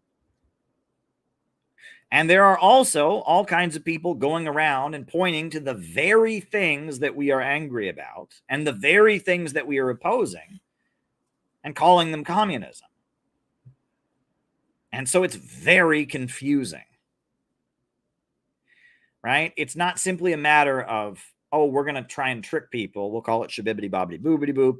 Eventually, they realize that shabibbity bobbity boobity boop is communism, and we look like lying con men. It's not that simple anymore, because there are a bunch of people going around who speak in the name of communism and say things that I do not agree with. And I don't tell people I'm a communist anymore because I don't want to be associated with, I mean, if it used to be that if I told people I was a communist, people would say, oh my God, that never worked anywhere, and all of that.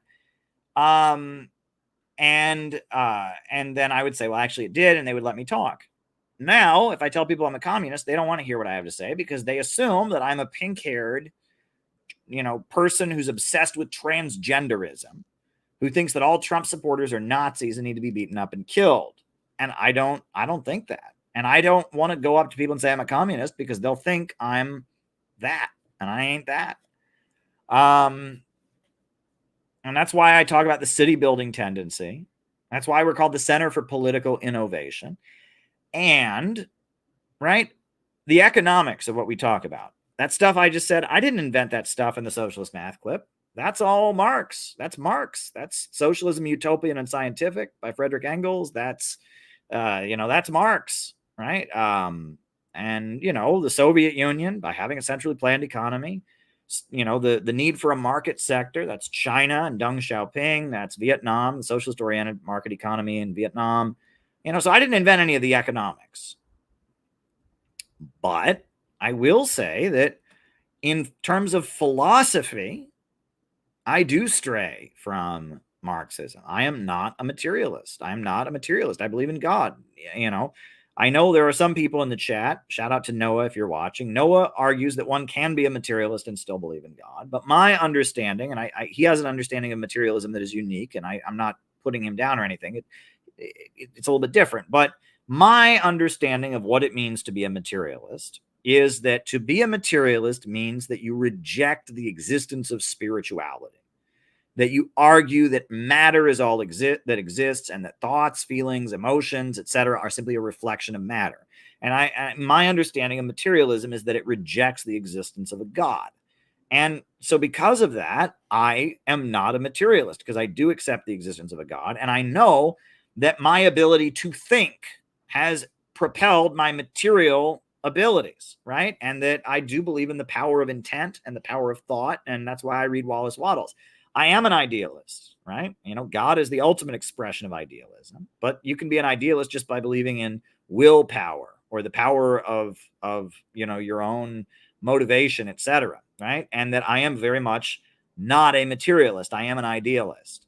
Also, there are certain things about regular Marxism that don't work, that don't make sense. First of all, I don't think there is any economic difference between Iran and China, in the sense of one being a socialist mode of production and the other being a bourgeois nationalist regime. I think if you look at Iran and China, both of them are popular governments that came out of popular anti-imperialist revolutions that preside over centrally planned economies. One did it in the name of Marxism, Leninism, Mao Zedong thought, and the other does it in the name of Shia Islam. But in the way their economy functions, they are basically the same. And because I say that, I am out of the mainstream of most Marxists. Now, there is a Marxist who does think that, who wrote a book that I've been reading. There's an Iranian Marxist who argues that Iran is a socialist society. So I'm not the only person who thinks this, but, how do you explain Venezuela? Is Venezuela a socialist or capitalist? Well, I would say it's a socialist society. It's just they don't believe in Marxism, Leninism. They believe in Bolivarian socialism. They draw from Marxism, Leninism, but they also draw from Christianity. They also draw from indigenous traditions. They draw from the anti-colonial legacy of Simón Bolívar, and they've created a socialist society, right? And I think that ML, Marxism, Leninism, is the foundation. And ML, especially in terms of economics, Marx, with his understanding of overproduction, his understanding of society reaching a higher mode of production, the struggle between the proletariat and the capitalist, Lenin, with his concept of imperialism, the highest stage of capitalism, and the struggle for national liberation and the national question, Lenin and Marx, on terms of economics, had a very clear understanding. But I think that the global anti-imperialist movement has gone beyond that, and that the parts of Marxism that I do not agree with, largely being that Marxism attached itself to the libidinal aesthetic, right? The Oedipal and the libidinal drive, right? The Marxism without economics, right, is very much, it's the red flag, it's the unleashing of passion, it's kill your parents. Kill your parents, rebel, tear things down, unleash your rage, unleash your sexual desires. That is not what communist governments around the world believe in. And that is largely what the woke left believes in. And I don't believe in that. So we're in a weird period where it doesn't make sense. So we're communists in the sense that we believe in socialist economics and that we're anti-imperialists. But we're not communists in the sense that we're dialectical materialists, because we're not. I mean, or at least I'm not. I mean, you can be whatever you want to be. And that's the other thing. CPI is not a democratic centralist organization. People have freedom to express their views, right? I mean, but idealism is very much part of my worldview. And I reject the spirit of rebellion or the libidinal obsession of Marxism. And so does the communist world. Right? The communist world largely rejects the psychology of Western Marxism. It didn't always do that. I think the Cultural Revolution, there's examples of it. But we're in a very confusing time where these things are not clear, right? You have to study Marx and you have to study Lenin, because you have to understand the foundations of global anti-imperialism. You don't understand China without it. You don't understand any anti-imperialist revolution without studying Marxism-Leninism. You can't understand what Ho Chi Minh did. You can't even understand what Iran did without studying Marxism-Leninism, right? The Marxist-Leninist understanding of the world, of the global economy, of imperialism, of capitalist overproduction is essential. So I'm not ever going to disavow that and say I'm not that, because I am. That's a huge part of how I understand the world. But there are aspects of that worldview that I do reject at this time, namely the atheism, namely the rejection of the left aesthetic, namely, well, I don't know. I think you get the point. So that's why we're the Center for Political Innovation, and that's why we're building a unique movement. That's why we're the city building tendency. I mean, and pamphlets like this, I do quote Marx and such, but I'm not trying to frame it in a way of long live communism. I'm trying to frame it in a way of not liking wokeism and not liking degrowth and wanting to see economic growth and pointing to Russia and China's achievements. And yeah, I mean, we are in a political twilight zone, Rachel. I mean, we're, I talk about being a city builder. I have the builder poem that I always quote. And we are pioneers. That's what we are. We're pioneers. We're in uncharted waters here. We're doing something that is very special, but all the universe is crying out for us to do. We draw from many wells, and we're building a movement that people desperately need. So many people need our movement, right? There's so many people. I was talking to a family member of mine this week, and it was interesting because this is somebody who talks about politics a lot. And they said to me, Caleb, you're doing all this stuff with the Republicans now and all this. Do you care about the little guy? And so I started to answer the question. And I said, there are so many people that I have a relationship with through my work with the Center for Political Innovation who really, this gives them something. It gives them a community to be part of. It gives them relationships. It gives them an understanding of the world. And that I feel like, yes, that what I'm doing with CPI is helping people. And then the person said to me, well, that's not my question. I'm asking, do you want people to have health care and education? And I'm thinking, yeah, of course, I'm a socialist. I want that. And I thought, well, first of all, that's just assumed, but also I'm not in a position to give everyone guaranteed health care. I'm not in a position to give everyone all of that. In my life, caring about other people involves building this organization, involves having a place they can be, giving them a purpose. The way I express empathy, the way I express connection, the way I'm able to be there for people is through building this organization. And it was weird because it made me question the way I interacted with this person, because it's like, you can say you care about the little guy on a grand scale. Yes, I am for the forgotten man. But you also have to have a way to be there for people in real life, be there for people establish relationships, show kindness to people, support people, right? You have to do that too. And so when they asked me, do you care for the little guy? I saw that as people that are in the organization, that the organization gives them meaning and purpose and connection they wouldn't have other way. I didn't see that in a political way. And I just thought that was an interesting way about how there was a communication disconnect. It's not to say people in CPI are the little ones. I mean, there's people in this group I look up to. There's people in this group who have, patience that I could never have. There's people in this organization who have artistic ability, the ability to design graphics. I have no eyes for any of that. There are people in this group that,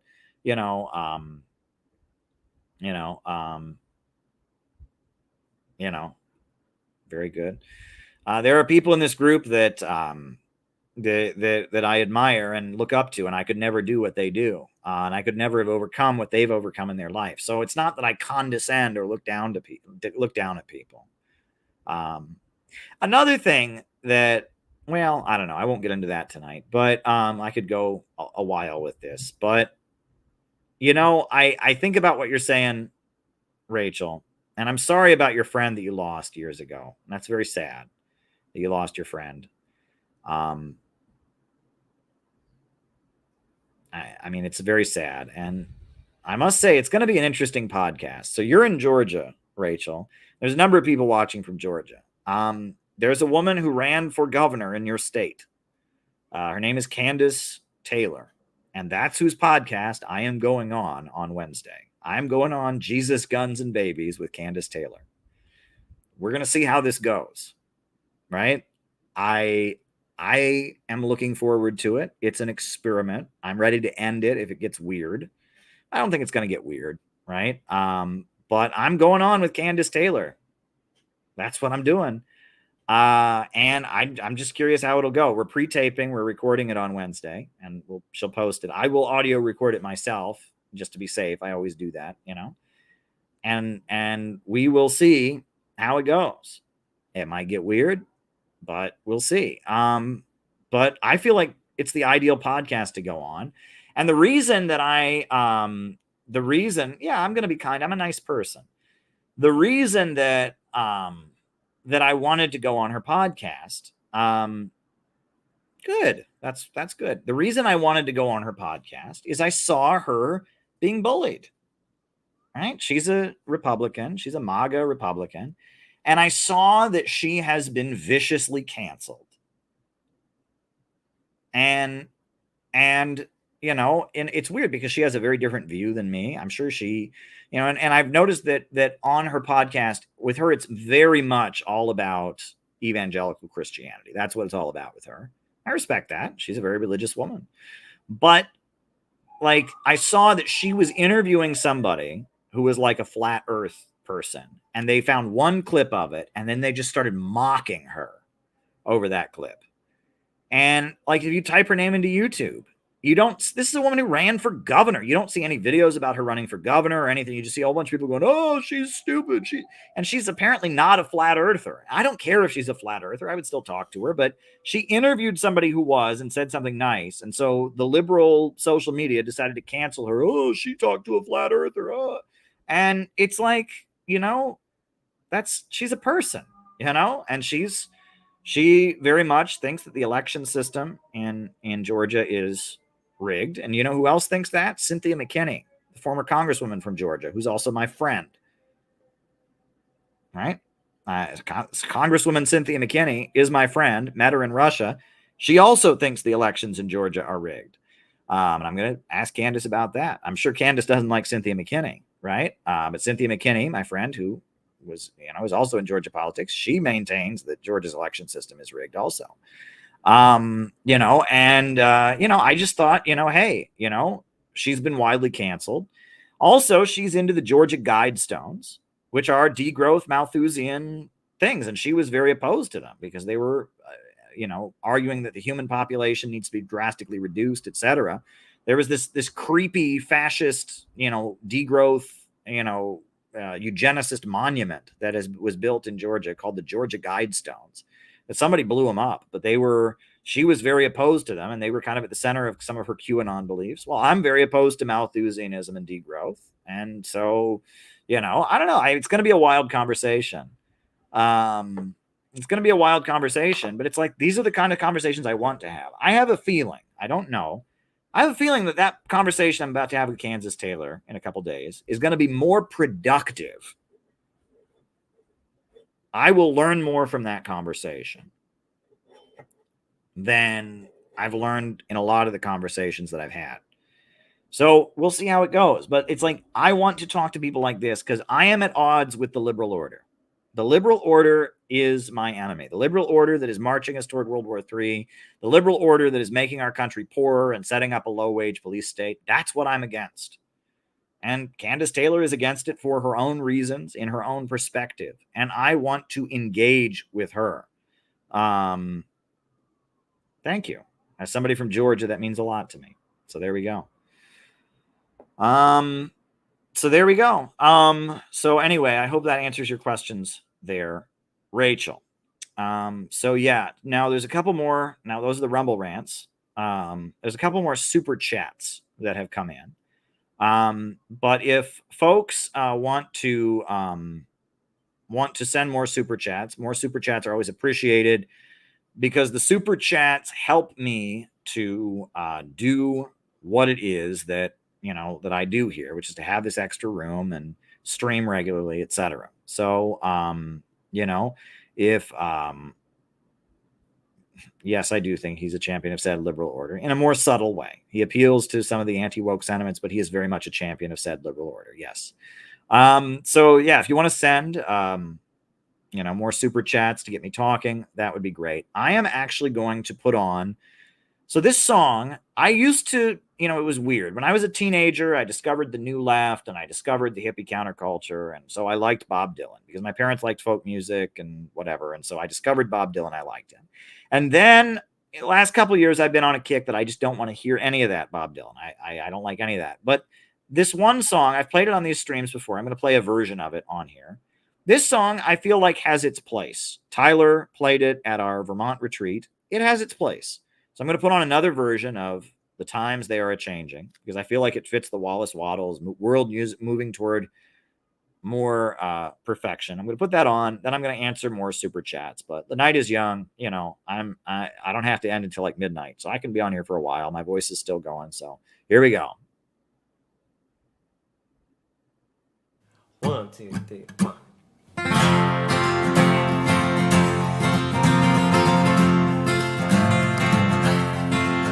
Come gather round, people, wherever you roam, and admit that the waters around you have grown, and accept soon you'll be drenched to the bone. If your time to you is worth saving, then you better start swimming, for you sink like a stone, for the times they are changing. Come writers and critics who prophesize with your pen, and keep your eyes wide, the chance won't come again. And don't speak too soon, for the wheels still can spin, and there's no telling who that it's naming, for the losers now will be later to win, for the times they are changing.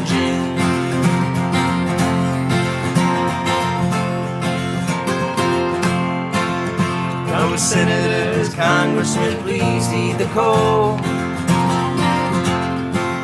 Don't stand in the doorway, don't block up the hall, for he who gets hurt will be he who has stalled.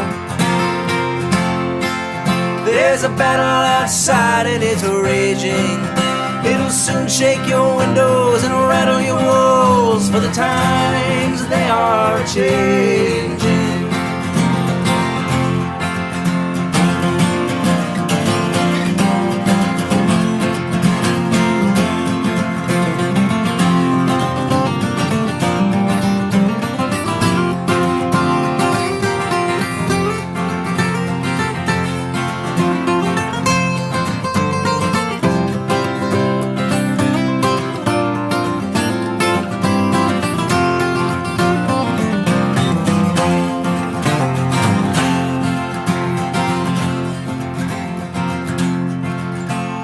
Mothers and fathers throughout the land,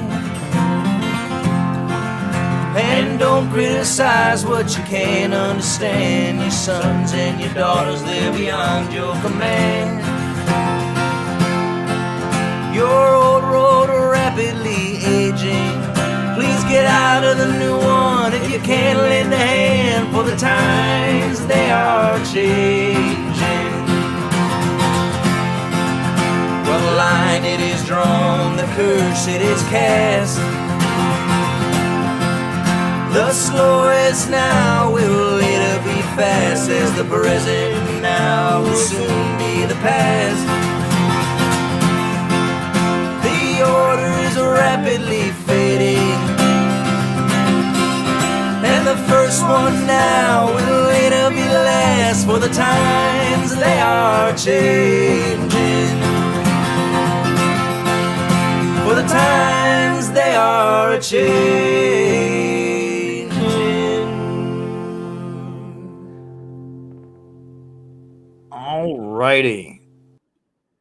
Alrighty, everybody. So now I'm going to start answering people's super chats. Do want to remind people to tune in to the morning messages that CPI does every morning. It's a way to kind of keep our community together with these morning messages that we do. It's on the CPI YouTube channel. We do them, trying to do them every morning. It's a struggle to find somebody, to record a message every morning, right? Because people have lives and stuff, but that's why we need people to step up. If you can volunteer and make a morning message, that would be very good. That would be a very, very good thing to do. But yeah, we do want to have members of our community start their day with revolutionary hope and optimism. And so on the Center for Political Innovation YouTube channel, we do have, morning messages every day, if we can. So, CPI YouTube channel, go subscribe, and you can listen to those morning messages. And if you would like to submit a morning message, right, send in a morning message so that we can start the community, the channel that way. We do now have this great mechanism through which people can submit morning messages. And that mechanism is this link that was created by the great Peter Coffin. So you can submit. So we do need lots of morning messages. So, if you send one, there's a very good chance we will use it. I can't think of a reason we would reject it, except, obviously if it's against what we stand for or whatever. So please, if you have a few minutes this week and you'd like to support the community, make a CPI morning message and just go to this link and upload it, right? And we'll take it from there. It's very easy. This link that Peter made, it was very, very easy. Very, very easy to do. So there you go. All right. I'm going to answer a couple super chats. First one. Today I visited the Communist Party, right? We'll say it like Joe McCarthy, the Communist Party of Argentina's Central Committee of rather what was left of it. The place was abandoned and vandalized. You can see pictures on Google Maps. You're having hard times right now in Argentina. I know you got that goofball president who is a disgrace, who's just a joke, right? That many people on the right are convinced is some kind of great revolutionary. And he's actually just an embarrassment and a goofball. And his policies are just austerity. But you've got that awful president. You've got turmoil in the country. I know it's a big mess right now in Argentina. So, I sympathize with you. And I know the people in Argentina are in revolt against austerity. And that's a very great thing to do. It's not just there. In Kenya, there's been uprisings against austerity. They're trying to make the working class pay for the capitalist crisis. And that is wrong. That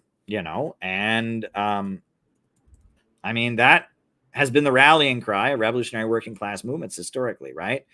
I think Cornelius Cardew has a song, oppose all attempts to make the working class pay for the capitalist crisis, right? And that's what we should be doing, opposing all attempts to make the working class pay for the capitalist crisis.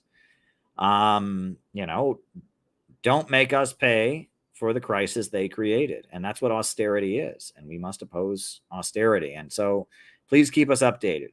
Any information you can send us about the struggle in Argentina, the anti-austerity movement against that goofball that you've got, that embarrassment president, that would be great. Now, this link, I clicked on your link, John. It's actually a video. So I've got the video of Marianne Williamson to show. I didn't realize this was a video. I thought it was just a tweet that she made.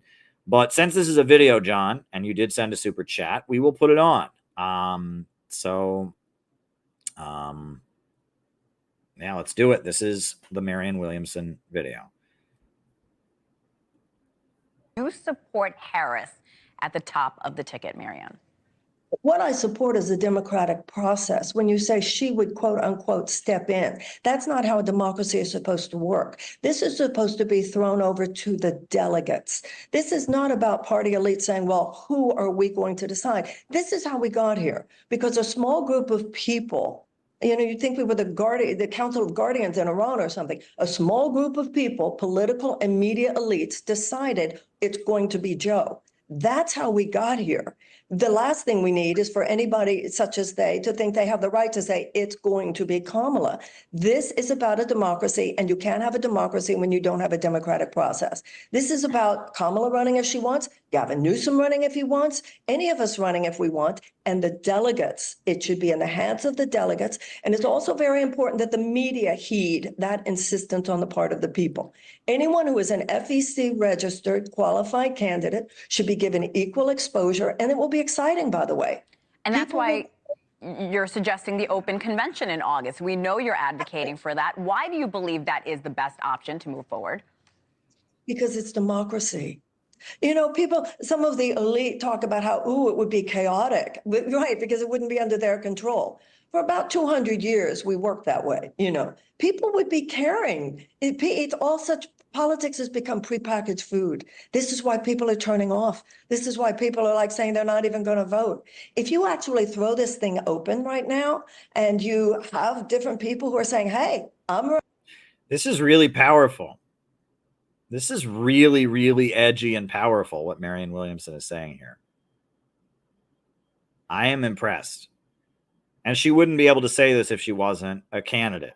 Like, this shows why it's important even for people to participate that are, you know, maybe not where we're at. She couldn't say any of this if she wasn't a candidate. She is like blowing the lid off how rigged American politics and especially the Democratic Party is. I mean, this is a lot like what happened with Bernie in 2016, but it's like much more in your face. This is amazing. Running, Gavin, Kamala, myself, whomever else, and let us have a mini primary. And then at the convention, you'll actually do what in a democracy is supposed to be done.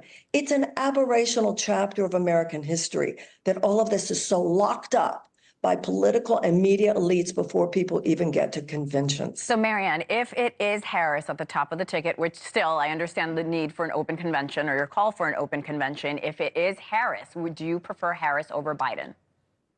I care about issues, principles, not personalities. This is the problem I've had with the campaign until now. Why aren't we talking about the heat, the extreme heat that you were talking about earlier on your program, or the hurricanes, or the fact that people are skipping meals? That's what I want to hear. I want to hear from whoever is running, and I want the American people to hear, and to hear from me, what we are going to do to improve their lives over the next 4 years. What are we going to do about healthcare? What are we going to do about educational costs? What are we going to do about childcare? What are we going to do about creating peace in the world? What are we going to do about climate change? That's what I care about. This should not be this race of show ponies. This should be about a conversation with the American people about how we are going to use the powers of government to improve their lives. That's the conversation that we should be having. I have no doubt many Americans agree with you. Marianne, we always appreciate your time on the show. Thank you for joining us.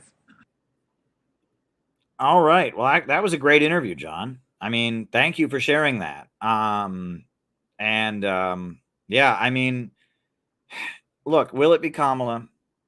Will it be Biden?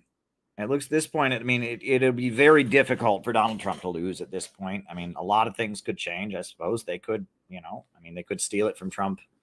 But I think it's going to be very hard for Trump to lose the upcoming election. And honestly, I'm not sure how good that will be because I've said that before. I think that Donald Trump will probably be worse in his second term than he was in his first term. But I don't see how Donald Trump can't win at this point. But it's possible. You never know, right? And that events, dramatic events change conversations and, yeah.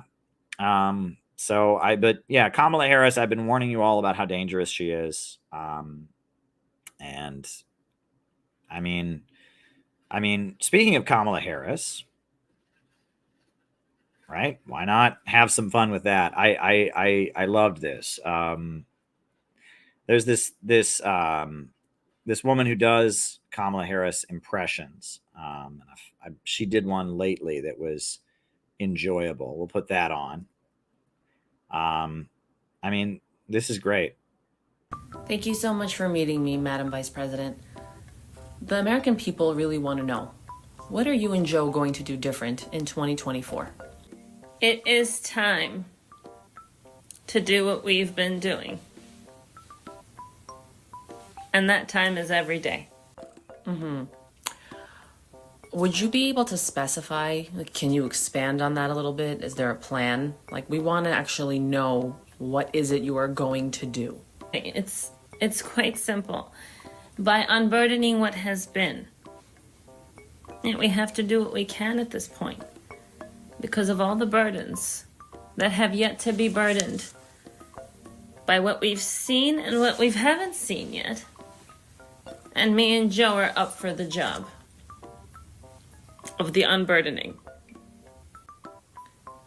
Cut. Madam Vice President, I'm gonna be frank here. I don't know what the fuck you're talking about. I don't speak in rhyme. Can you break that phrase down even for me? I don't know what you're trying to say. Respectfully. The American dream, right? Yeah, that belongs to all of us. That belongs to all of us. Think about what the American dream means for a second, okay? Think about that. Community, diversity, air rights, foreclosures, crime. It's really what the Americans dream to see. And I'll tell you a little, quick little story. My mother used to tell me that, I had the best laugh. I really did. And hopefully we'll hear it for 4 more years throughout the passage of time. I'm talking about taking a moment, okay? So that we can see what can be. What can be. If you say unburdened by what has been, I'm gonna slit my wrists during the interview. Well, just because you haven't seen it, it doesn't mean it hasn't happened.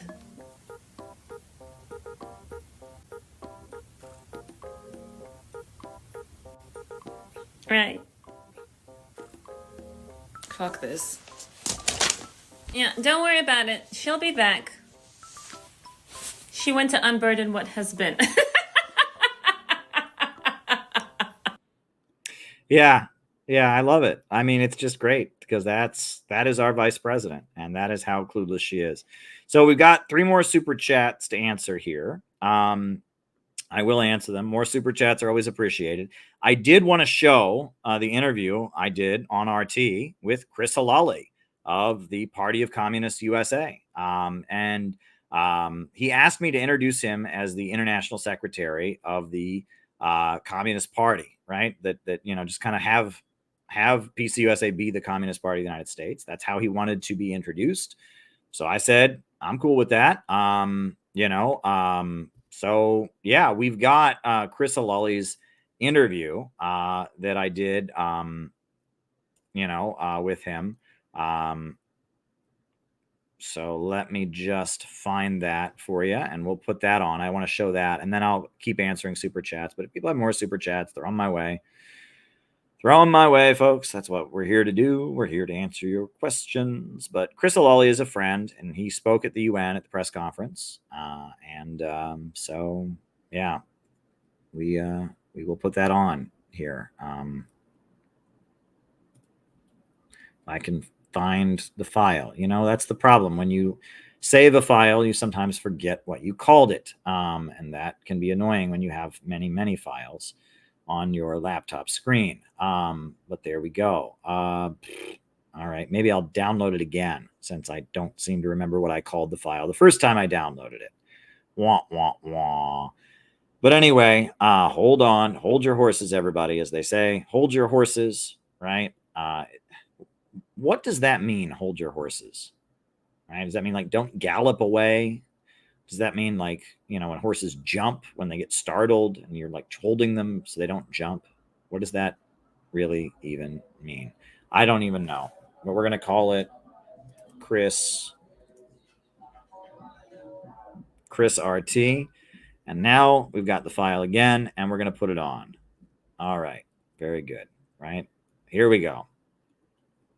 Very important press briefing hosted by the Russian mission to the United Nations. We heard an image and a portrait of events on the ground in Donbass that is never heard in Western media. We heard about the atrocities of U.S.-backed Ukrainian forces carried out with U.S.-backed and U.S.-supplied weapons against the civilian population. We heard about how the conflict began back in 2014 and how the peoples of Donbass have been subjected to an ongoing onslaught since that time, and how they welcomed Russian forces. We also heard about some of the feelings of the people in that part of the region about the fact that the Western world, and the Western media in particular, has not made a point of highlighting their voices. Now, I have with me one of the speakers at the press conference. This is the International Secretary of the Communist Party, Christopher Halali. Thank you for joining us today. Thank you for having me. Appreciate it. So when you spoke before the United Nations press conference, the press room there at the UN, what was it that you really wanted to communicate? What was the overall thrust of what you were explaining as you told the many stories about the people you spoke to? I think one of the main things was, of course, the heroism and the resilience of the people of the Donbass. And we believe that we need to uplift their voices because they have agency, they have a will, and they want to be, they want to have self-determination to figure out where they want to go. And they want to be with Russia now. And that's the main thing. So we wanted to not only reveal the crimes, but also speak about what their desires are for a political settlement going into the future. And as they told me, they're heroes, right? They preserved the legacy of May 9th. They preserved the legacy of the great anti-fascist victory of the people, right? Of the great patriotic war. And so when the Kiev regime began to tear that away, began to take down statues, began to forbid the language uses and things like that, people who had identified as Ukrainian, who had Ukrainian citizenship, said, we will not be a part of that state. We want our own culture, we want our own values, and we don't want anything imposed from the regime in Kiev. And so over time, what ended up developing is the people said, we're going to be independent. They declared independence. They had referendums that were looked at as being legitimate, right, in the eyes of the people. And eventually, in 2022, they asked the Russian Federation, after 8 years of war, they asked the Russian Federation for support and for protection, and they asked to be a part of the Russian Federation, which was accepted by the Russian government. And so I think that was really important to understand, that these people have been fighting for their identities for so long, and now they are very happy with Russia being there. That was Christopher Halali, who was one of the speakers at the press conference that was hosted by the United Nations. Now, they took questions from the press, and they laid out the actual conditions on the ground. They spelled out how they just don't match the portrait portrayed in Western media. They gave real testimony of their conversations with people in the Lugansk People's Republic, people in other parts of the contested regions where the conflict is taking place. It was quite a dynamic press conference, and Christopher Halali was one of the speakers, and I mean, they really had a lot to say, a lot of things that they wanted the Western world to hear that Western mainstream media just won't allow to be part of the conversation. So there you go. There you go. All right. Okay. Next question. Is intellectual property real in socialism? James, is intellectual property real in capitalism? I mean, I know it's not an answer to your question, but I think it's a fair point, is that intellectual property doesn't really exist. All right? Right? Big corporations steal ideas from low-level inventors all the time. And because they have bigger armies of lawyers, they get it.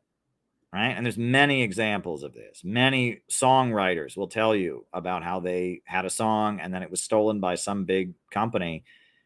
And there's nothing they can do about it. And that, I mean, there's many examples of how, all kinds of very smart, innovative people get their ideas stolen and get, money, flows into the hands of other people. And that, the intellectual property laws are written by the big corporations. They are used to enforce their rights, and that, I mean, the way intellectual property exists under capitalism, I know the way it's supposed to work, but then even under capitalism, and this is very important, is that after so many years, intellectual property goes away. The stuff goes into the public domain. So I think obviously in a socialist society where people are, going to be motivated by material incentives to innovate and invent things, there has to be a way to secure that they can be properly compensated for their invention.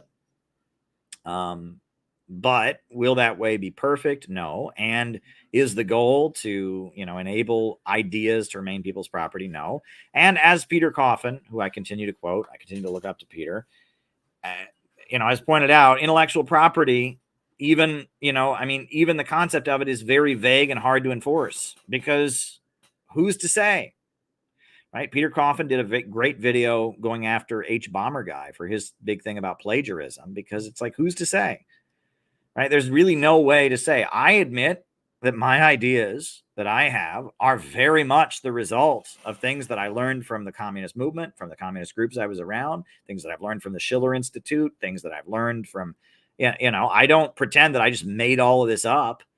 And if I were to get on here and say, oh yeah, I just thought of all of this, I would be a bullshit artist, right? I obviously have, there's big stacks of books behind me that I've read to learn all this stuff. I did not write these books. I've traveled, I've talked to people, I've engaged with people, and that we are all the product of all the people we're around. Right?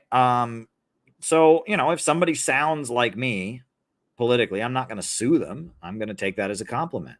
But on top of that, I'm going to also admit that the ideas that I have are not, 100% unique, right? And that these things are complicated. Now, this gets tricky because people have a right to a livelihood, right? And in a society where everyone had a livelihood, right, where people didn't struggle to pay their bills, it wouldn't be as much of an issue.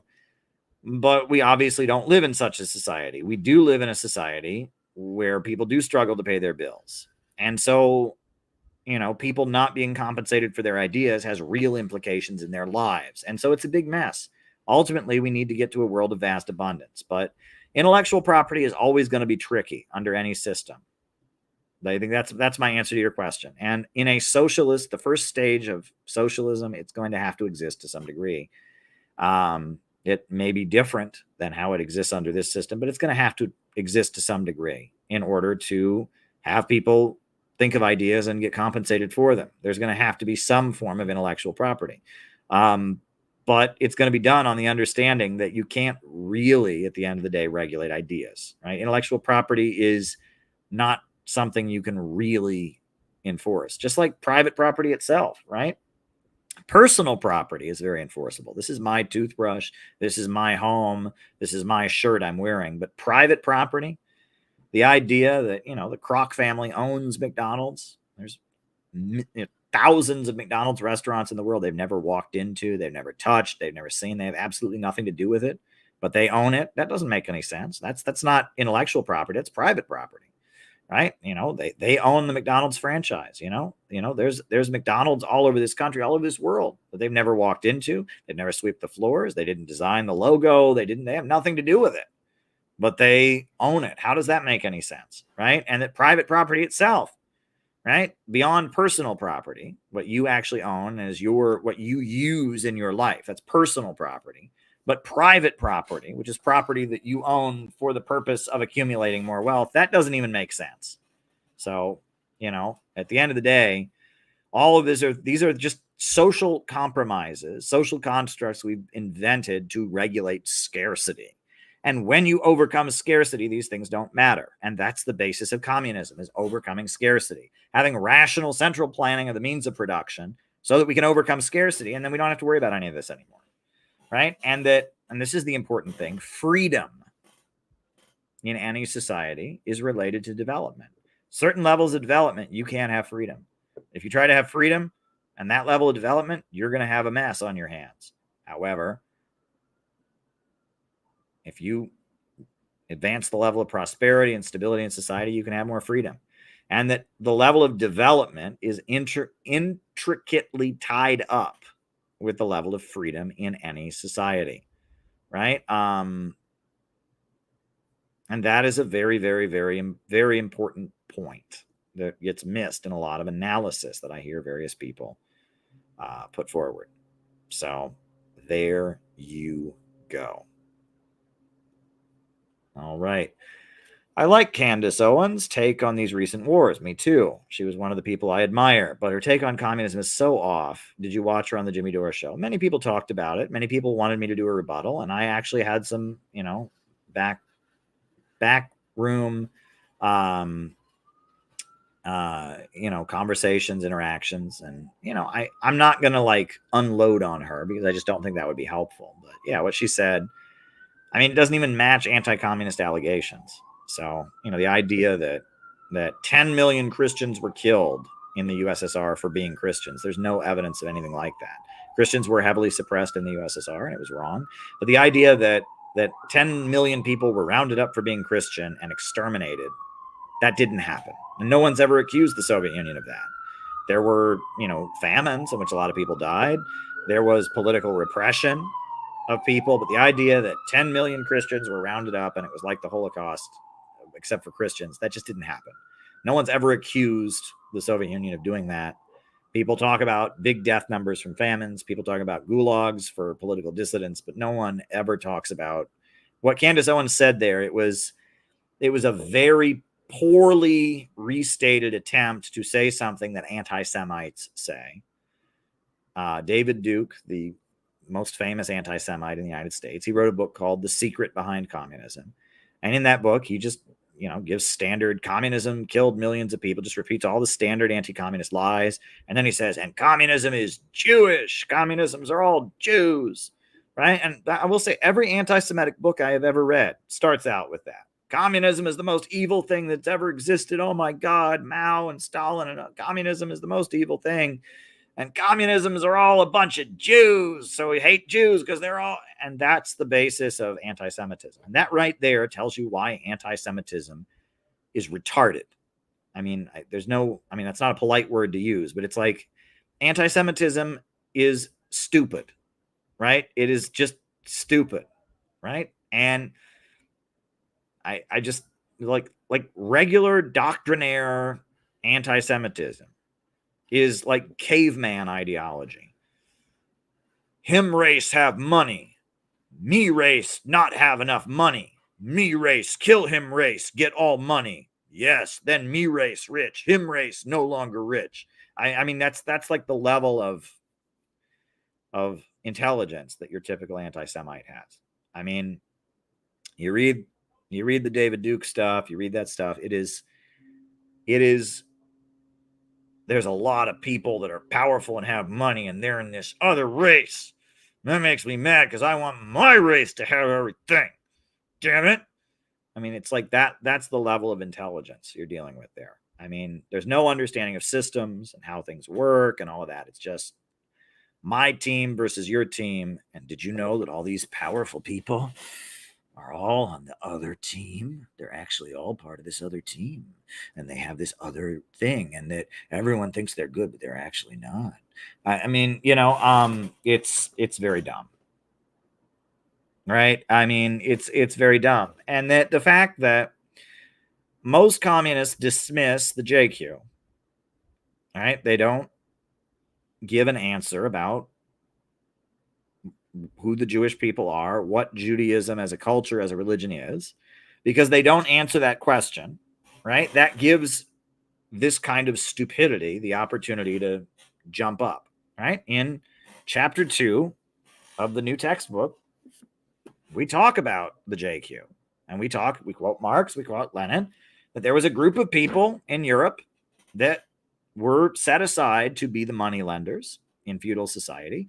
And many places, when they stopped taking on that role, they liquidated as an ethnic group and they just became Christians, right? Everywhere that they, and there were many Jews throughout medieval Europe who converted to Christianity. And, but there was a group of people, a caste in feudal society was set aside to be the money lenders.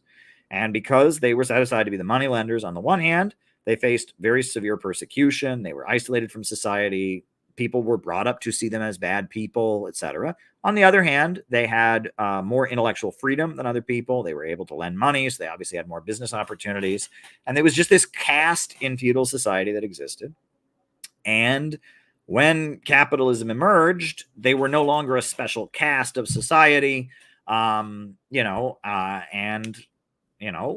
they were an ethnic group that existed. It still exists. And Marx was from this ethnic group. And Marx basically wrote this essay saying, I don't see anything special about this ethnic group, and the idea of preserving this group's special culture is not something I want to be associated with. Lenin was also from that ethnic group, and he said roughly the same thing, right? He said roughly the same thing, and that Lenin wrote, that this notion, he called it, there you go. He wrote this notion of the spirit of the ghetto. And he said, look, there is a mindset that has developed among this ethnic group that we are separate, we are different, we can't integrate with the rest of society. And that mindset leads to Zionism. And that mindset is dangerous and it's not helpful. And Marxists shouldn't promote that mindset, that this ethnic group is special, different, and can never fit in with the rest of society. That's not a helpful mindset. And Zionism, the movement to create Israel, is rooted in that mindset. It's rooted in the idea that this ethnic group is just so special and so different. It can never really just be part of society. It has to have its own state and all that. That's Zionism. And that prior to Zionism, there was a wing of socialism and communism called Bundism. And these were Jewish socialists who said, we can't be part of a regular socialist movement because that would mean we have to work with non-Jews and we're just special and different and all of that. And Lenin wrote this very powerful essay against them. And he said, no, this is called the spirit of the ghetto and we want nothing to do with it. And Marx wrote an essay called On the Jewish Question, where he roughly said the same thing in a lot nastier language. And he said, look, he said, yeah, this is my ethnic group. This is my heritage. But the idea that this is some sacred group that's special, that's separate from everybody else, no. And that mindset is dangerous and it's toxic. And the reason we were set aside is not really because we're special and magical. It's because we were the money lenders, and that the separate culture we created was to serve an economic foundation. It was to serve an economic need in feudal society. It's not because we're special and different and sacred and whatever. And I want nothing to do with it. And he very crassly and rudely mocked the notion of a Jewish culture or a Jewish identity. And he said he wanted nothing to do with it also, right? That is the Marxist take on what you can call the JQ, or the Jewish question. No conspiracy, no Illuminati, no thing high up on the thing, no sacrificing goats, no hatred or racism. Let's just acknowledge that in Europe, there was a group of people that was set aside by feudal society that was cultivated this mindset, we are different, we are separate, right? That mindset ultimately led to the creation of the state of Israel. And Marxists and communists, there's a large amount, a large percentage of Marxists and communists who are of that ethnic group, because that ethnic group was set aside, because they were given access to education, because they felt persecuted by feudal society. They're overrepresented among communists in the West because of the position they were in, on the one hand. And on the second hand, all the great communist leaders, including those of Jewish heritage, said, we want nothing to do with this way of being, right? We're workers, right? This may be our ethnic group. We obviously oppose any bigotry or scapegoating of this ethnic group, but we're not trying to preserve this ethnic group. We're not trying to preserve some kind of Jewish identity. We see ourselves as part of the working class, and that Zionism especially, but also Bundism, is not something we want to be associated with. That's the Jewish question. That's all there is to it, right? And that both Zionists and anti-Semites blow it up into something that it's not, right? There was somebody who said to me something very rude one time that I wouldn't say because it's kind of offensive. He said to me, Caleb, the world does not revolve around the Jews. And the only types of people who think it does are Jews and anti-Semites. You don't want to be either of those things. Well, that's offensive, right? You don't want to be one part of ethnic group. But someone said if you replace the word Jews with Zionists, it's actually pretty accurate, right? The world does not revolve around the Jews. And the only people who think it does are Zionists, they think it does, and anti-Semites. And you don't want to be either of those things. I don't, right? But there's plenty of Jewish folks that are awesome that I would have no problem being like, but it's true. Zionists and anti-Semites both have this weird magic, story that this group of people in Europe are so magical and special, and it's like, no, they're not. They were set aside in feudal society to serve a purpose, right? In feudal society, if your father was a blacksmith, you became a blacksmith. If your father was a peasant, you became a peasant. If your father was a knight, you became a knight. If your father was a king, you became a king. Well, in feudal society, they needed somebody to be the people that handled the money. And so they set up a caste of people. They were the people that handled the money. And it's not because they're special, and it's not because they're magical. There was like a loophole in Christianity that because Jesus was of this descent, they didn't get forced to convert to Christianity, so they could not be Christians, and Christians weren't allowed to lend money. So they could not be Christian. They were like the one group that was allowed not to convert to Christianity, so they could be the ones to lend money, whatever. And that's it. I mean, and there's nothing magical, there's nothing special, and there's certainly no genetic thing. And that was the Nazis. They really did believe in the biological Jew. There is no biological Jew. And that's absurd, right? Millions of Jewish people throughout medieval history converted to Christianity. All European whites have some Jewish heritage because millions of Jews just converted to being Christians. You are a white European American or a white European person, you probably have Jewish heritage, right? And that's what proves the idea that there's some kind of biological Jewish blood or something. That's the most absurd thing ever. There is no such thing, right? And there's no magical, it's an ethnic group, and things have developed the way they've developed. And Zionism and anti-Semitism are both an attempt to hold on to this magical thinking that is not material, that doesn't recognize that, look, this is all it is, right? If you want to read a very good book on this very issue by a Jew who died in the Holocaust, read this book, The Jewish Question, a Marxist interpretation by Abraham Leon. If there's anyone who has a right to speak on this, it's this guy. This is a Jew who died in the Holocaust, who was a communist, Abraham Leon, and he wrote this book, Jewish Question, Marxist interpretation. And he says basically this, and I quote him in the new textbook, and he gives basically this analysis. So there you go. I don't know how we got on that kick, but, Candace Owens, the dumb things she said are things that are said by anti-Semites. And I get frustrated because I want to teach people. And I mean, that's kind of a recurring theme on these streams, etc. I get frustrated because I want to educate people and I want to teach people. And I often see people who, are trying to avoid thinking on a deeper level. And I view my role as trying to get people to think on a deeper level.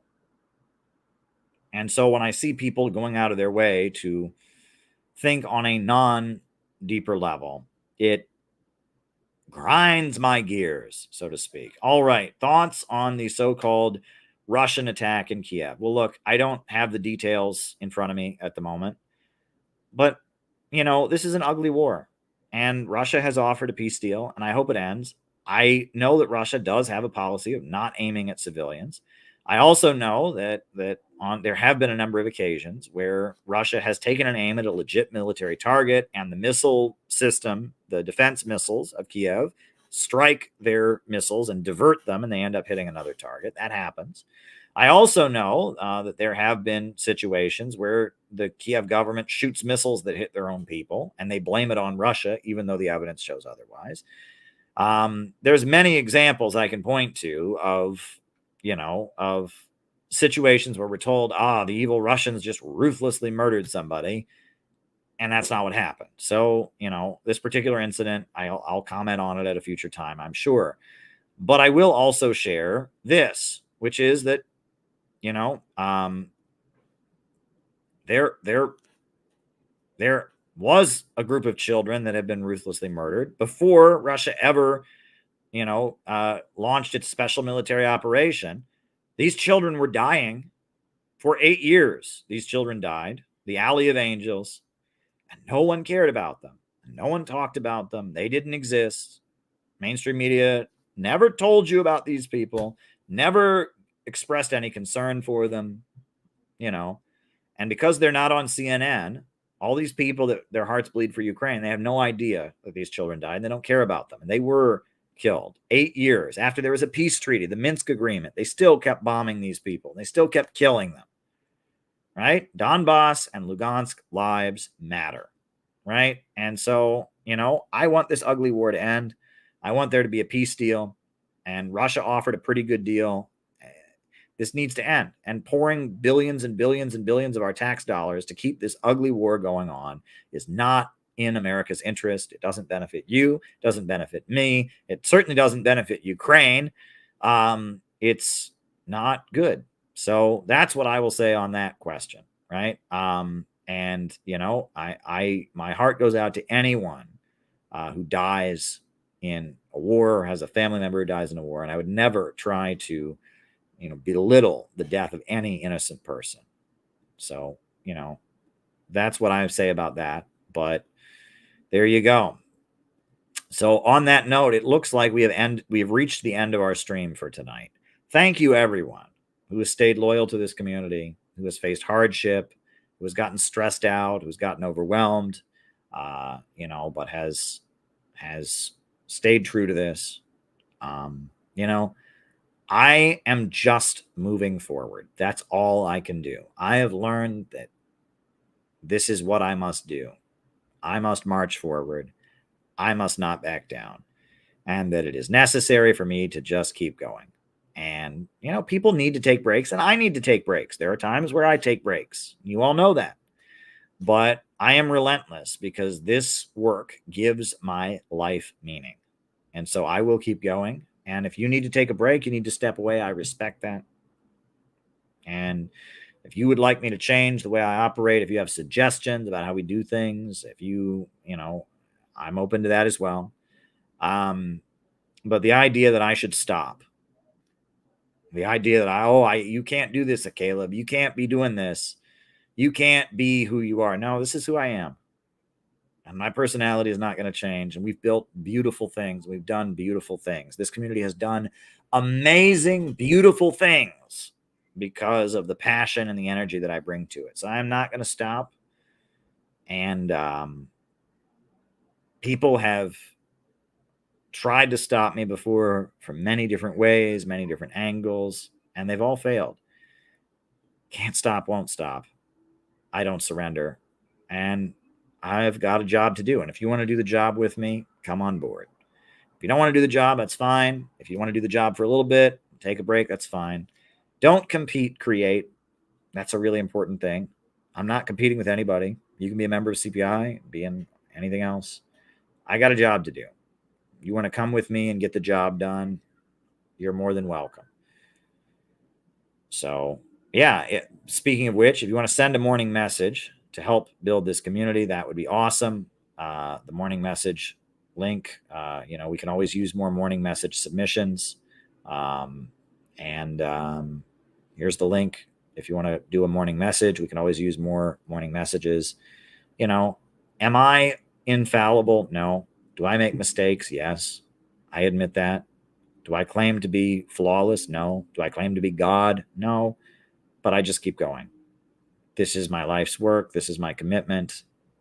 I stand with all of you.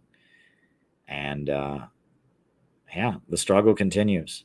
All right, folks, I'm going to put on the closing music. Thanks for all that you do. Thanks for being here for me. Thank you for being the community that we all need. Thanks for letting me speak to you every night with these lovely streams. New upsurge in the struggle against U.S. imperialism is now emerging throughout the world. Ever since World War II, U.S. imperialism and its followers have been continuously launching wars of aggression. But the people of various countries have been continuously waging revolutionary wars to defeat their aggression. While the danger of a new world war still exists, and the people of all countries must get prepared, revolution is the main trend in the world today.